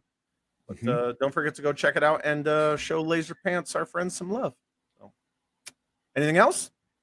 I think that's it, man. I think that's it. Wednesday night, for anybody who's still here, I know people are going to start bailing the fuck out, but Wednesday night, I got Mark and Corey from Skeletron on Toy Talk. Oh, cool. Yeah, that'll be cool. And then tomorrow night, I'm going to be hanging out with Dan Klingensmith. We're going to talk about creating G.I. Joe Volume 13, but we're going to do that offline and make a video about it. So it'll be cool. But I'm getting busier, man. It's actually pretty fun. I'm enjoying Dude, that's it. awesome. That's really good. I always appreciate you, brother. It's good to see you. Yep. You too. And as always, yo, Joe, everybody. Yo, Joe, everybody. Keep your powder dry. Woo!